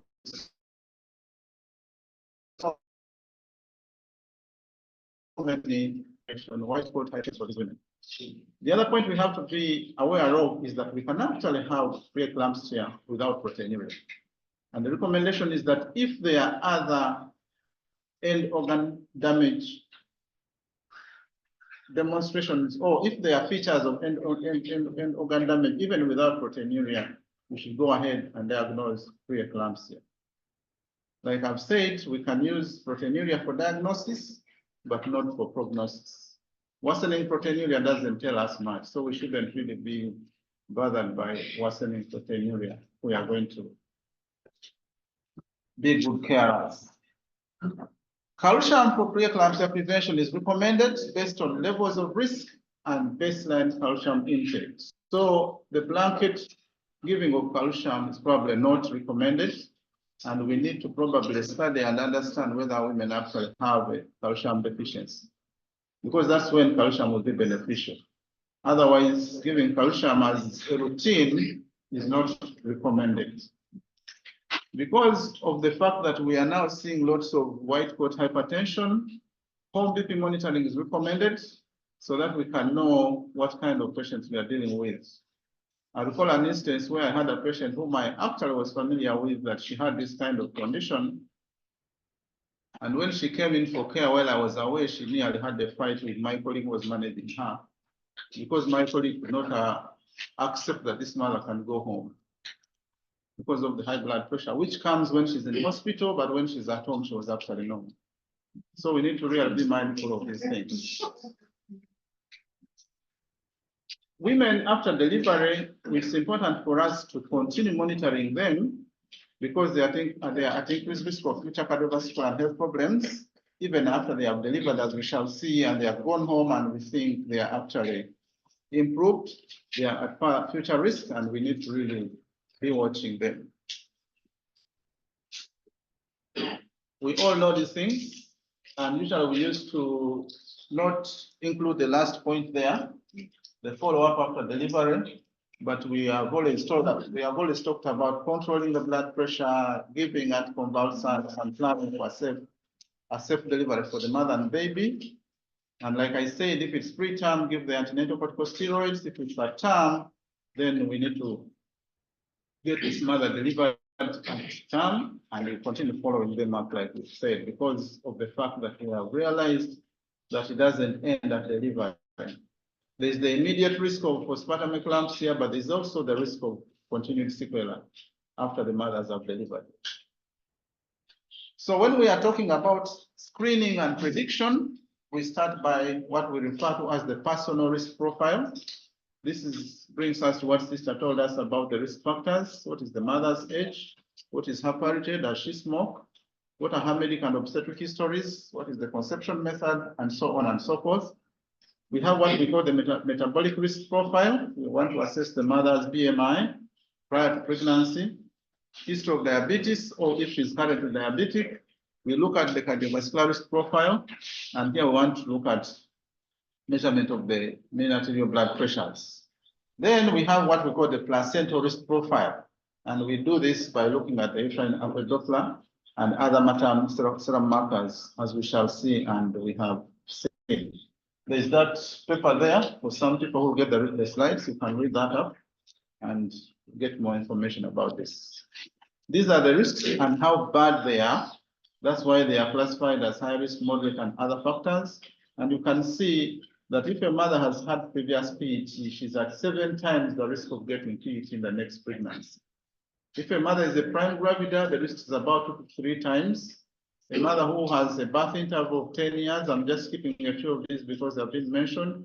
The risks are actually indicated there that she's at 2 to 3 times the risk of getting preeclampsia.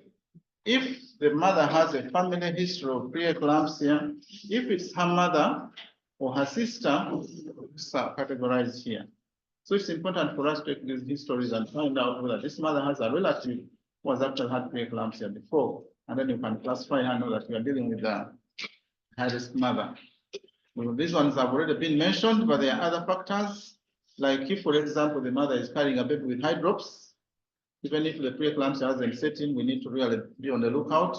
If a mother has sickle cell disease, be on the lookout for preeclampsia setting in.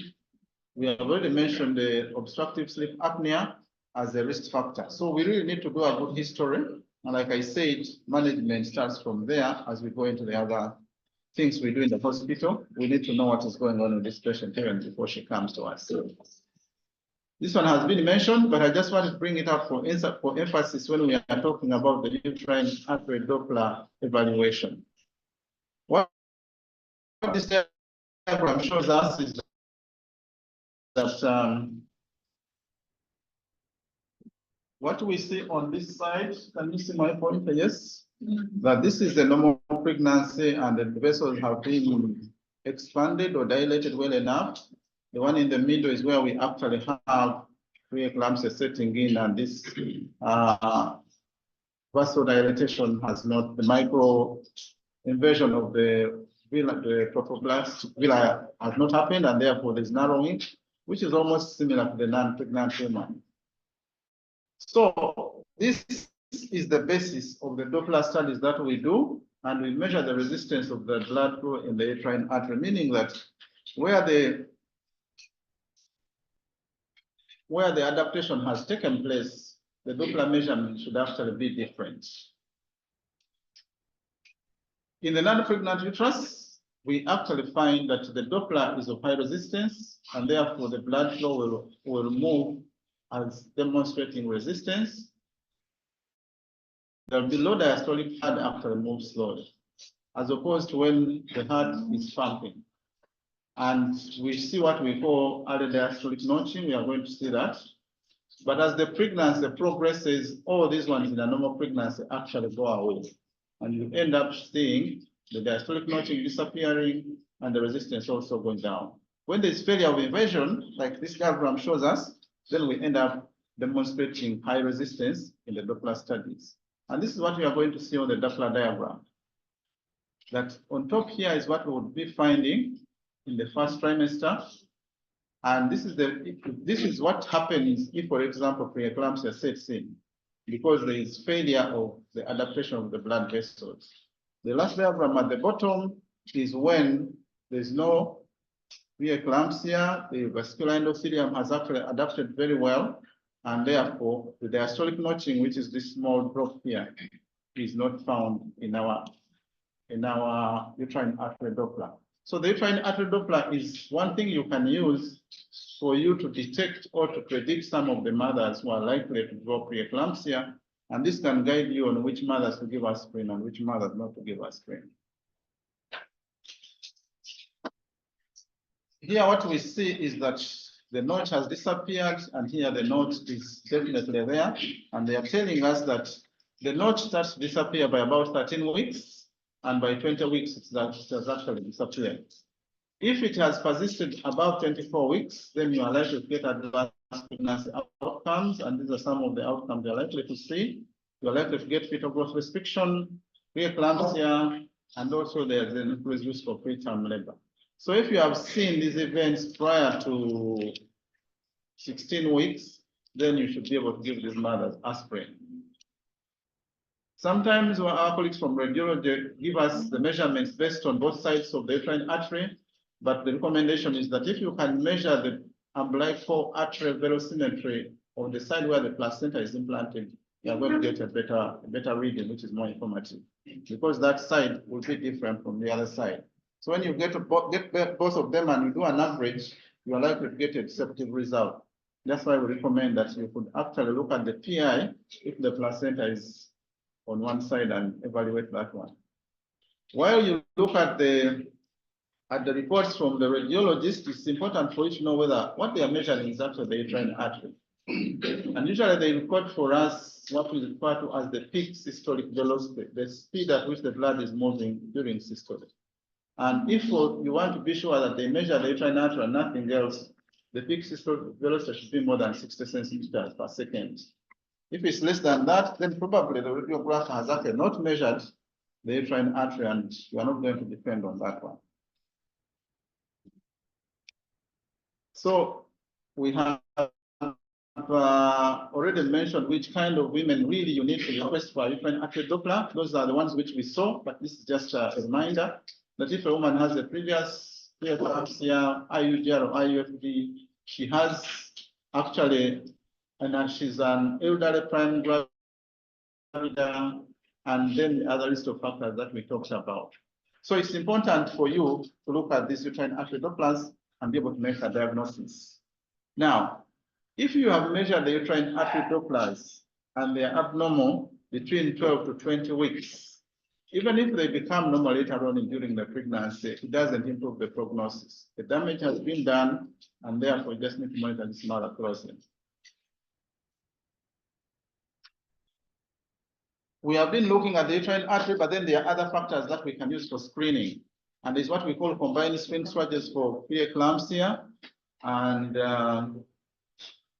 the most effective model, if you are going to screen, includes all these things: the maternal factors, which you are going to get from history, the mean arterial blood pressure of the patient, the uterine artery Doppler, and the placental growth factor levels between 11 and 13 weeks.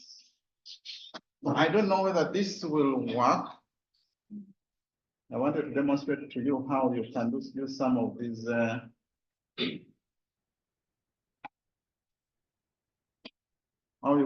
of these tools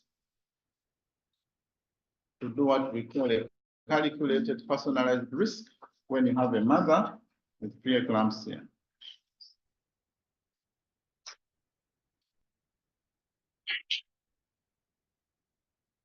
I'm going to stop sharing this for purposes of our colleague in the audience, and we share this.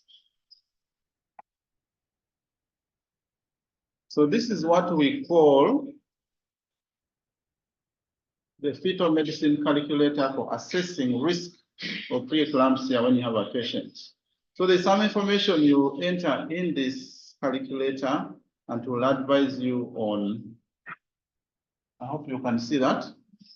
Let me just demonstrate to you based on a hypothetical situation, and we see whether this will take us somewhere.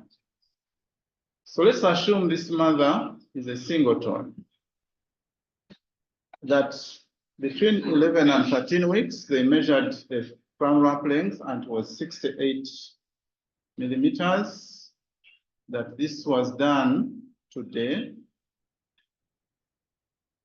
That the mother is 162 centimeters.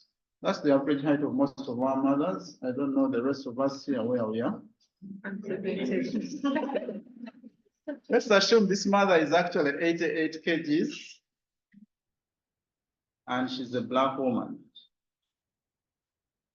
And she doesn't smoke. And the mother never had preeclampsia. And that she was a spontaneous conception.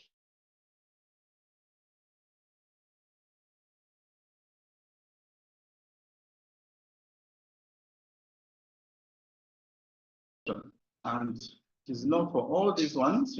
And if her arterial pressure is 95, history. Oh yeah, she's nulliparous. Oh.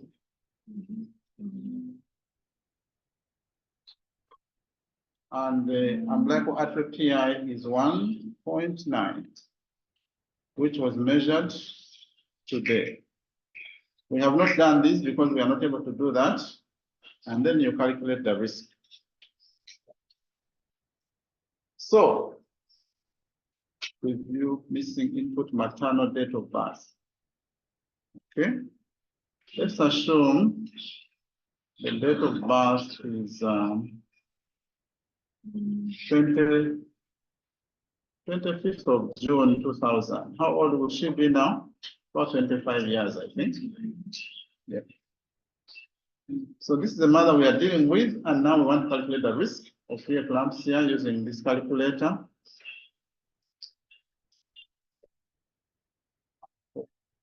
So there we are.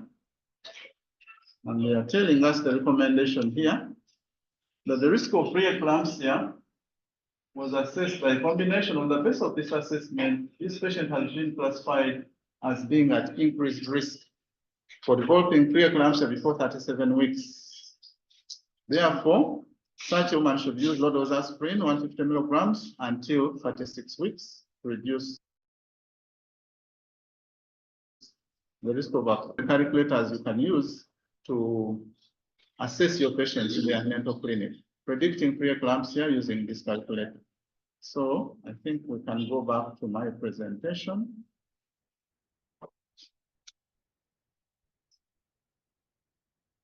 I think this is where we were. So if we proceed and we say, this is the case study, that's the patient I was giving you, I was telling you about, which we used to calculate the risk, and we ended up with that calculator telling us that this is a mother at risk, and therefore we should give her aspirin. These are the other biomarkers that we could actually use, and we've already talked about soluble fluids, and we will not talk about that, but there's now a new thinking that we can actually use what we call cell-free DNA for these mothers. You take off the mother's blood and assess what is happening to the baby. And if, for example, you get a low fetal fraction, this mother is likely to develop preeclampsia as the pregnancy progresses. So these are some of the new advances in using biomarkers for screening for preeclampsia and management. But what are their predictive values? The predictive values are that if you do a good history and assess all those risk factors, you are likely to predict preeclampsia by up to 49%. That you will be able to catch mothers who are likely to develop preeclampsia below 37 weeks, up 50% of them. If you add placental growth factor, your prediction improves by about 60%. And when you do the combined screening, if, for example, you are going to detect the risk of preeclampsia by 100%, you need to actually use the combined screening. And I'll now move on. The moderator is threatening me here.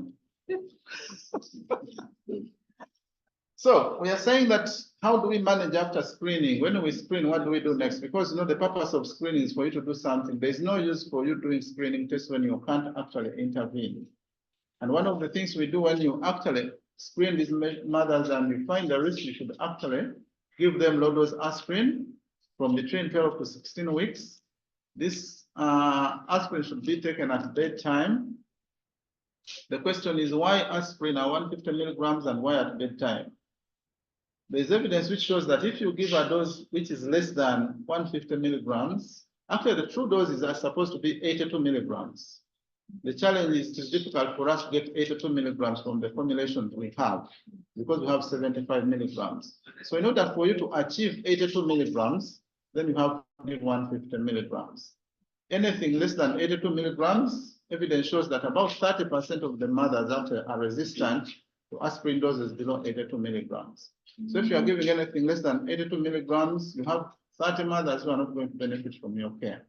That's why we recommend giving 150 milligrams. Why at bedtime? Aspirin works on the renin-angiotensin system. That's the one which actually is targeted by aspirin, reduce the risk of preeclampsia. And the renin-angiotensin system actually has a diurnal rhythm, and the aspirin is most effective when it is given at bedtime. So it's important that we give these mothers aspirin 150 milligrams at bedtime.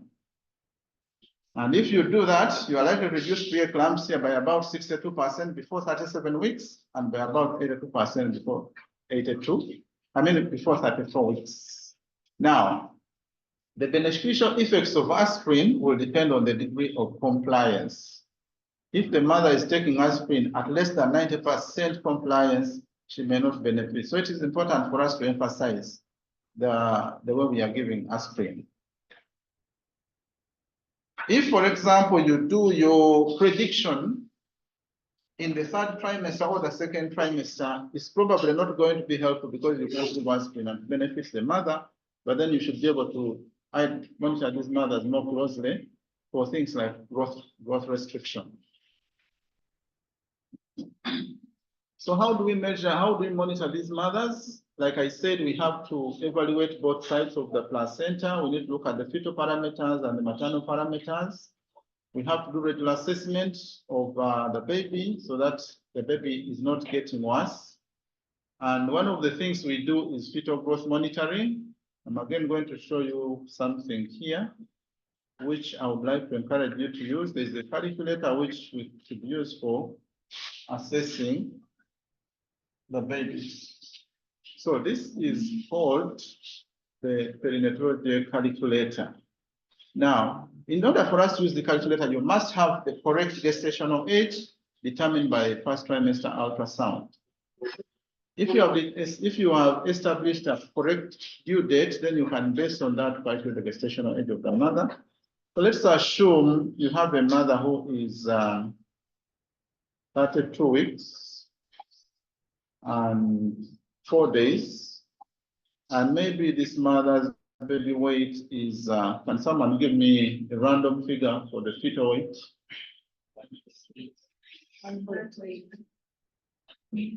1,800 grams. So once you enter those two figures in, then you come here and click on this EFW calculate for you.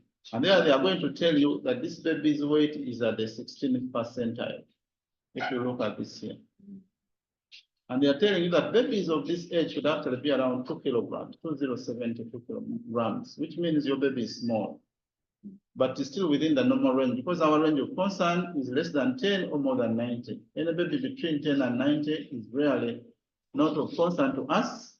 But if your baby was, for example, 1.6, then you are going to get that this is the 12%, and this is a baby of concern because it's less than 10%.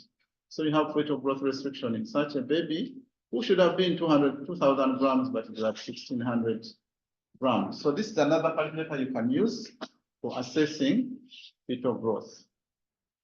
I'll again stop this one and go back to our presentation. Please tell me when to stop, because I'll be ready to stop anytime. The other thing to monitor when we are monitoring our babies with a mother who is having preeclampsia is the biophysical profile. It is important for you to assess the amniotic fluid volume and the fetal breathing movement, because the fetal breathing movement is actually the most sensitive when we are dealing with a mother with preeclampsia where there is a bad outcome, which is likely to occur. So it's important for you to look at the biophysical profile. You do the Doppler studies which have been mentioned, and our interest here is mainly to look at the umbilical artery PI, the MCA PI, and the ductus venosus sociocant. Some people have been concerned that when we give drugs to these mothers, maybe we shall interfere with the Doppler velocimetries. But there's evidence to show that when we give antihypertensives, the Doppler velocimetries are not affected. However, if you give antenatal corticosteroids, the Doppler velocimetries are going to be interfered with. So you should interpret them with caution in mothers whom you have actually given antenatal corticosteroids, because there's a transient decrease in the vascular resistance. So you can actually get a reading which is misleading because of the antenatal corticosteroids. The good thing is that this is transient, and it goes back to show you the true picture that we are dealing with.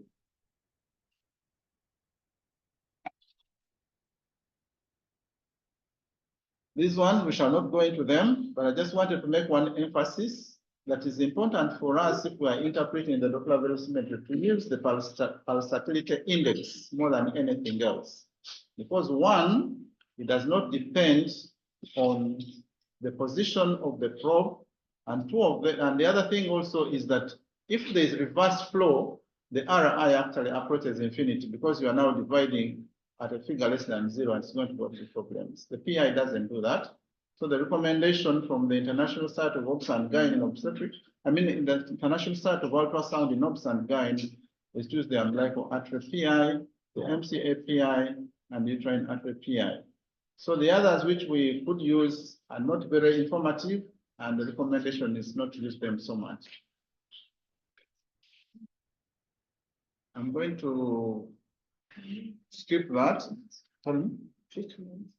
Okay. So this has already been mentioned in terms of diagnosis. So we shall skip that.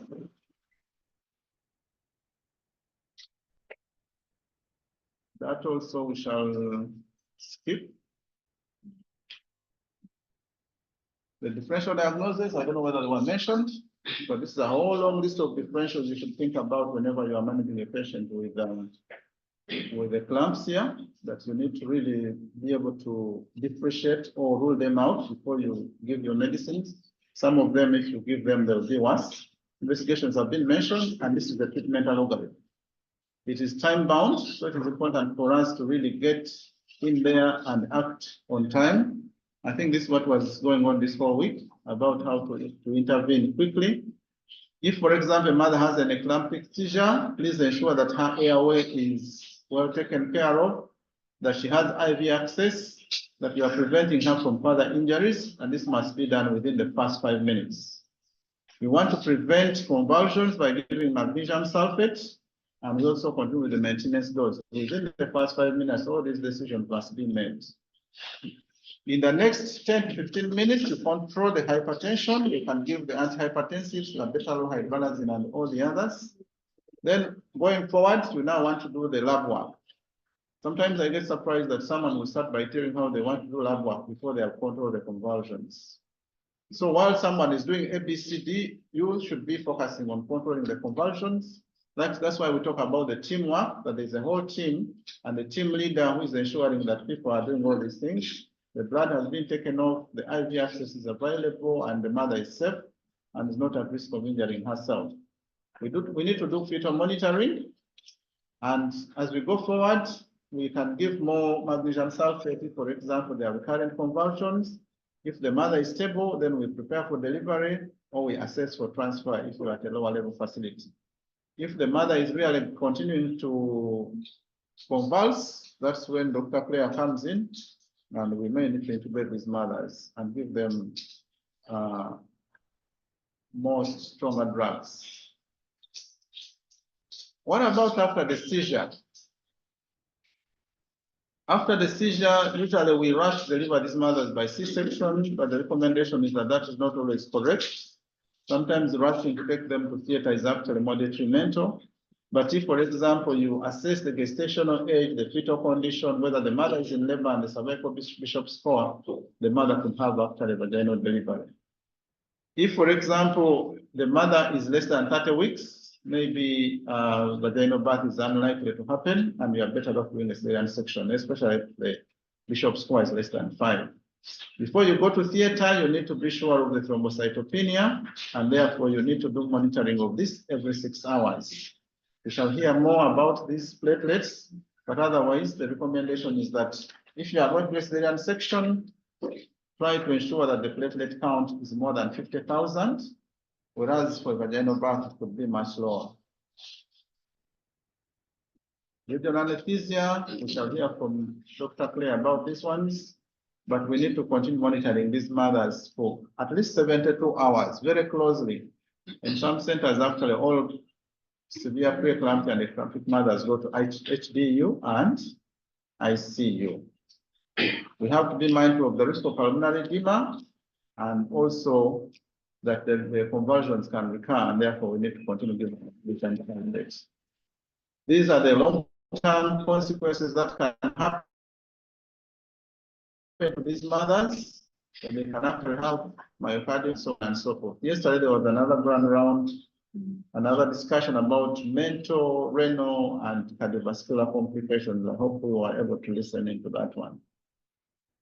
Sometimes when these mothers have actually delivered and we think we are okay, they have persistent symptoms. Some of them have persistent amnesia, they have visual disturbances, they have balance problems, and some of them have chronic headache. So we need to be remembering that these things happen to some of our mothers. How do we prevent? We have already talked about that, and I'm not going to go into that. And I want to thank you for this.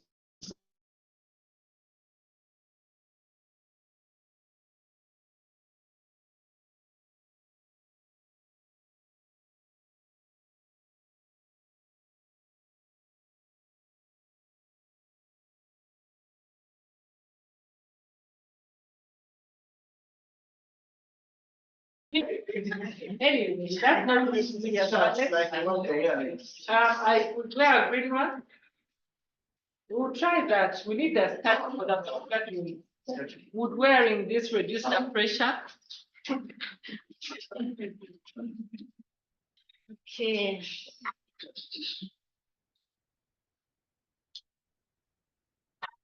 Please hang in there. We are almost reaching the end.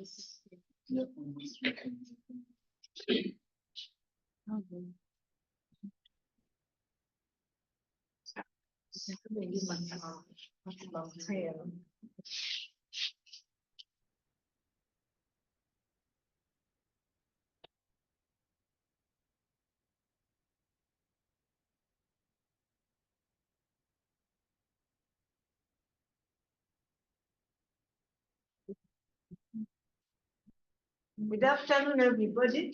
Good afternoon. You're welcome to this grand round. So I'll be a bit brief because most of the things have been mentioned. So